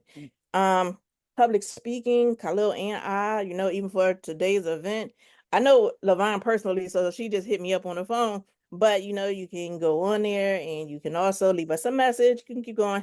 You can leave us a message and say, hey, I'm having an event. I want you to come out. And this is also a picture from Lavon's event. I'm always at Lavon's event, as you can see. We had a table there. And so yeah, uh you can come back to our website. You can see the gallery and see pictures from the event, but I definitely wanted to share a tutorial of our website, and so that you can check out our resources and events, was most importantly, so you can turn that one off. And I wanted to share that with you, and I hope that that was just whet your palate, and hope that you'll come back and visit our website again or refer other parents. And so now I wanted Lavon, I did have a video that I wanted to show. Yep. I don't just FYI, I know I did the Zoom up until 8, so it's 7:48. I don't want to cut you off. I don't never cut you off. Okay. But I don't know if Zoom is. So okay, perfect. Well, you know what? I don't have to do the video, but the video, okay. Lavon, I'll share it with everybody. Perfect. I wanted to make sure that I covered the educational piece. Okay. But now I want to speak to your heart, right? And so none of the educational piece will be sent to you. I want to talk to, if any of you are like me and you've been going for days, weeks, months, and even years on empty, right? Because I know I have. And so, wait, Lavon, what you say? You was asking me, what do I mean by empty, right? Okay, so wearing multiple hats, and the one that has your name on it, that's the one you wear the least, right? Robbing Peter to pay Paul, smiling to keep from crying, feeling like you're drowning, and people think that they can say whatever they want to say to us, and we're supposed to grin and bear it, right? So, for example, the infamous, they don't look like they have autism, what they're supposed to look like. Or, don't worry, they'll grow out of it. Yeah, that's my favorite. Oh, I'm so sorry to hear that your child has autism, but I'll pray for them, that God will heal them. That's one of my favorites too. And most of the time when they say these things, we smile, but we can hear ourselves deep down saying, will you shut the hell up? I know I do. But the thing is, I remember being on a panel with Icy. I guess we all be on panels with Icy, right? And we were asked, if you could do life over again, what would you do differently? And I remember saying, well, I don't think I would do anything differently, with the exception of, instead of shrinking, I would blossom. And I remember, before I learned about advocacy, before I learned about my voice, and before I learned how to be who I am today, when people would come and say these things to me, I would shrink. I would wish I was invisible. I would wish that I could disappear. And the thing is that we want to share, these things. I want to share a secret with you today. And the secret is called the reset button, right? When you feel like you're at that place, and I know I felt there, where everywhere I turned, I was standing on a cliff, and everything in me was saying, jump. I found my reset button. And it was like, you don't have to jump. And it's okay whether it's, as Bianca was saying, in your church home, or whether it's, as Aisha was saying, starting a Facebook page or a nonprofit organization, connecting with your village, finding a village, like we have one here, and being able to just tap into that village and be able to push that reset button when you need it. We all, can just get on this lifeline that we have here and call each other, text each other, email each other anytime. I might not go months sometime without speaking to Icy, but it's like when I call her and she answered that phone, it's like, we have just spoke to each other. Like, hey, what's going on, girl? Like, we ain't miss a beat. And I love that about our relationship. I hadn't spoke to Jen in a while. When I seen her email, I was like, oh my God, my heart just like skip a beat, like, yes, oh my goodness, she remembered me, right? And so the thing is that we can reset if and when we need to. And so we don't have to feel like we are alone, because we are not alone. And it's okay to feel like you are not okay. And I can't stress that enough. We, especially as professionals, we talk about our children masks, but how many masks do we have, to be honest, right? Because I know I'm putting on a mask every day for somebody different. And the thing is, when can we take off our masks? But we have spaces like this where we can take our masks off, where we can be our authentic self. And sometimes I feel like I'm parallel. We say, oh, our kids parallel play, but so do we, in so many different ways. And it's like, wait a minute, do they have autism or do I? Because there's like so many things that I do that I'm feeling like, wait, what? I thought you were supposed to be the one doing that. And I'm like, wait, wow. And there is a lot of times where Khalil is coming and comforting me, and I'm like, well, wait a minute, what's happening here? And like Bianca was saying, and her son anoint her hair with oil. Oh my God. And yes, God did give us this great responsibility, and a wonderful one, that we were blessed to have them in our life. I think Aisha was saying, that it's not the people who are, I can't say it, but y'all know what she said, right? But yes, God will put us in that place and in that space. And I say now my niche is finding a seat at the table. And if you don't have a seat, I'll bring my own chair, because I'm going to be at that table, right? We're going to be at that table, whether we're invited or not. And so I am like so proud of each and every one of you, because you all have taken the time and the opportunity, and you have, developed your voice. You vocalized your choices, and you made sure that not only you are respected, but the families that you serve are also being respected. And so my hat goes off to you. I love you guys so much. And I just want to thank, you all, and give you the same homage that I give to, my sister Lavine. I love her dearly. I love you all. And I'm so thankful and grateful for, again, everything you all have done, everything that you are doing, and everything that you are going to do. And so, Lavon, again, thank you for the space. Thank you for this place. And your heart, again, is a giant in the autism community. I love you. Love you too. Thank you. Thank you. Thank you. Thank you. Oh, wow. Oh, okay. So I got like 5 minutes because I don't want Zoom to cut us off. But I told y'all that some of y'all I told in the beginning that I wasn't going to do this. And then I got that phone call.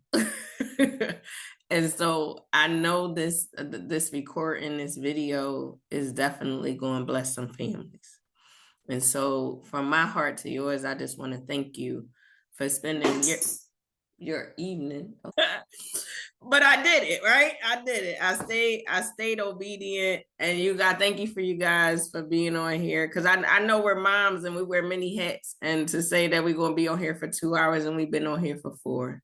But thank you for spending this time with Advocate for me and myself. So there was a couple of things that I was going to share. I do have Jamil's video and I'm going to share that through email along with Michelle's video on what is autism. And I'm going to share all his information with you as well. I also asked our behind the scenes tech person, Isa Lee, to send all the links and the documents that she was sharing and chat, to send that through email. And so everyone that registered tonight will get all that information. And again, with Advocate for Me, our goal is to make sure that we're offering families resources, advocacy, and training. And so I'm one person, but that's why I created many platforms. So that's why we do the conference at least twice a year. We do it in the fall and we do it again in the spring. And then the podcast, our magazine, and I think I shared it with Aisha too when she became a contributing writer, that the magazine is just not for Philadelphia, it is for all states. And I'm praying on it being international, but like we have resources here. We go to events and we get business cards and flyers, and no lie, I have like 5 bags of them big shopping bags full of resource information, and I want to be able to be like, oh, okay, when a parent called me, I want to be able to go run to it. And then I'm like digging in bags, like trying to find something like for their age, and I'm like, I can't find it. So that's what created the magazine, because then I could say it's an issue 4, page 33. And so, but I don't want to just assume that everybody wants to be in the magazine. So the magazine is for families. We changed it. My team and I changed it. So it is free for families, but anyone that's advertising or becoming a contributing writer will just pay a small fee to be a part of the magazine. So that way we can carry it and make sure that it's monetary as well as being a resource to families. And then the second announcement that I was going to make, I think I made it on my podcast when I was with Roz Talley, is that many of you know that I've been a contributing writer to quite a few books. So I will be writing my own contributing writing book, and I'm looking for 25 moms who want to share their story. And so my mentor, I see Isa Lee hand up. Yes, look, come on, y'all, come through. And so we're gonna do the book and a journal. Okay, remember I talked about them affirmations. So we're gonna do a book, a journal, as well as a retreat. So we have all that in the work. I did see somebody say we gotta go. Somebody put it in the chat, and I was laughing when they put it in the chat, like we gotta go on a girls' night. Yes. So when they put that in the chat, I said, okay, yes. So the retreat will be next year. I had heard on social media the saying, and it was profound, and I just want to share with you. It says, your child's behavior is their way of getting their needs met with the tools that they have. So show up and parent with empathy. Your family, friends, partners, and your workmates' behaviors are their ways of getting their needs, thoughts, and opinions met with the tools that they have. So don't take it personal. And most importantly, your behaviors, your way of getting your needs met with the tools that you have. So forgive yourself, get more tools and get better tools, and you don't give up. And so I just wanted to tell you all to have empathy for yourself, forgive yourself if you need to, but you know, the thing, you did the best that you could with what you had, and now it's time to get better tools so that we all can do better. Amazing. Thank you, Michelle. And I plopped in the chat real quick. Again, I run the Color of Autism Foundation, which is a parent support group for Black and Brown. Okay. And so, feel free to join. Thank you. Thank you. Thank you, everyone. Again, it's recorded. So it will be posted on our YouTube page as well. So, but love y'all and have a great night.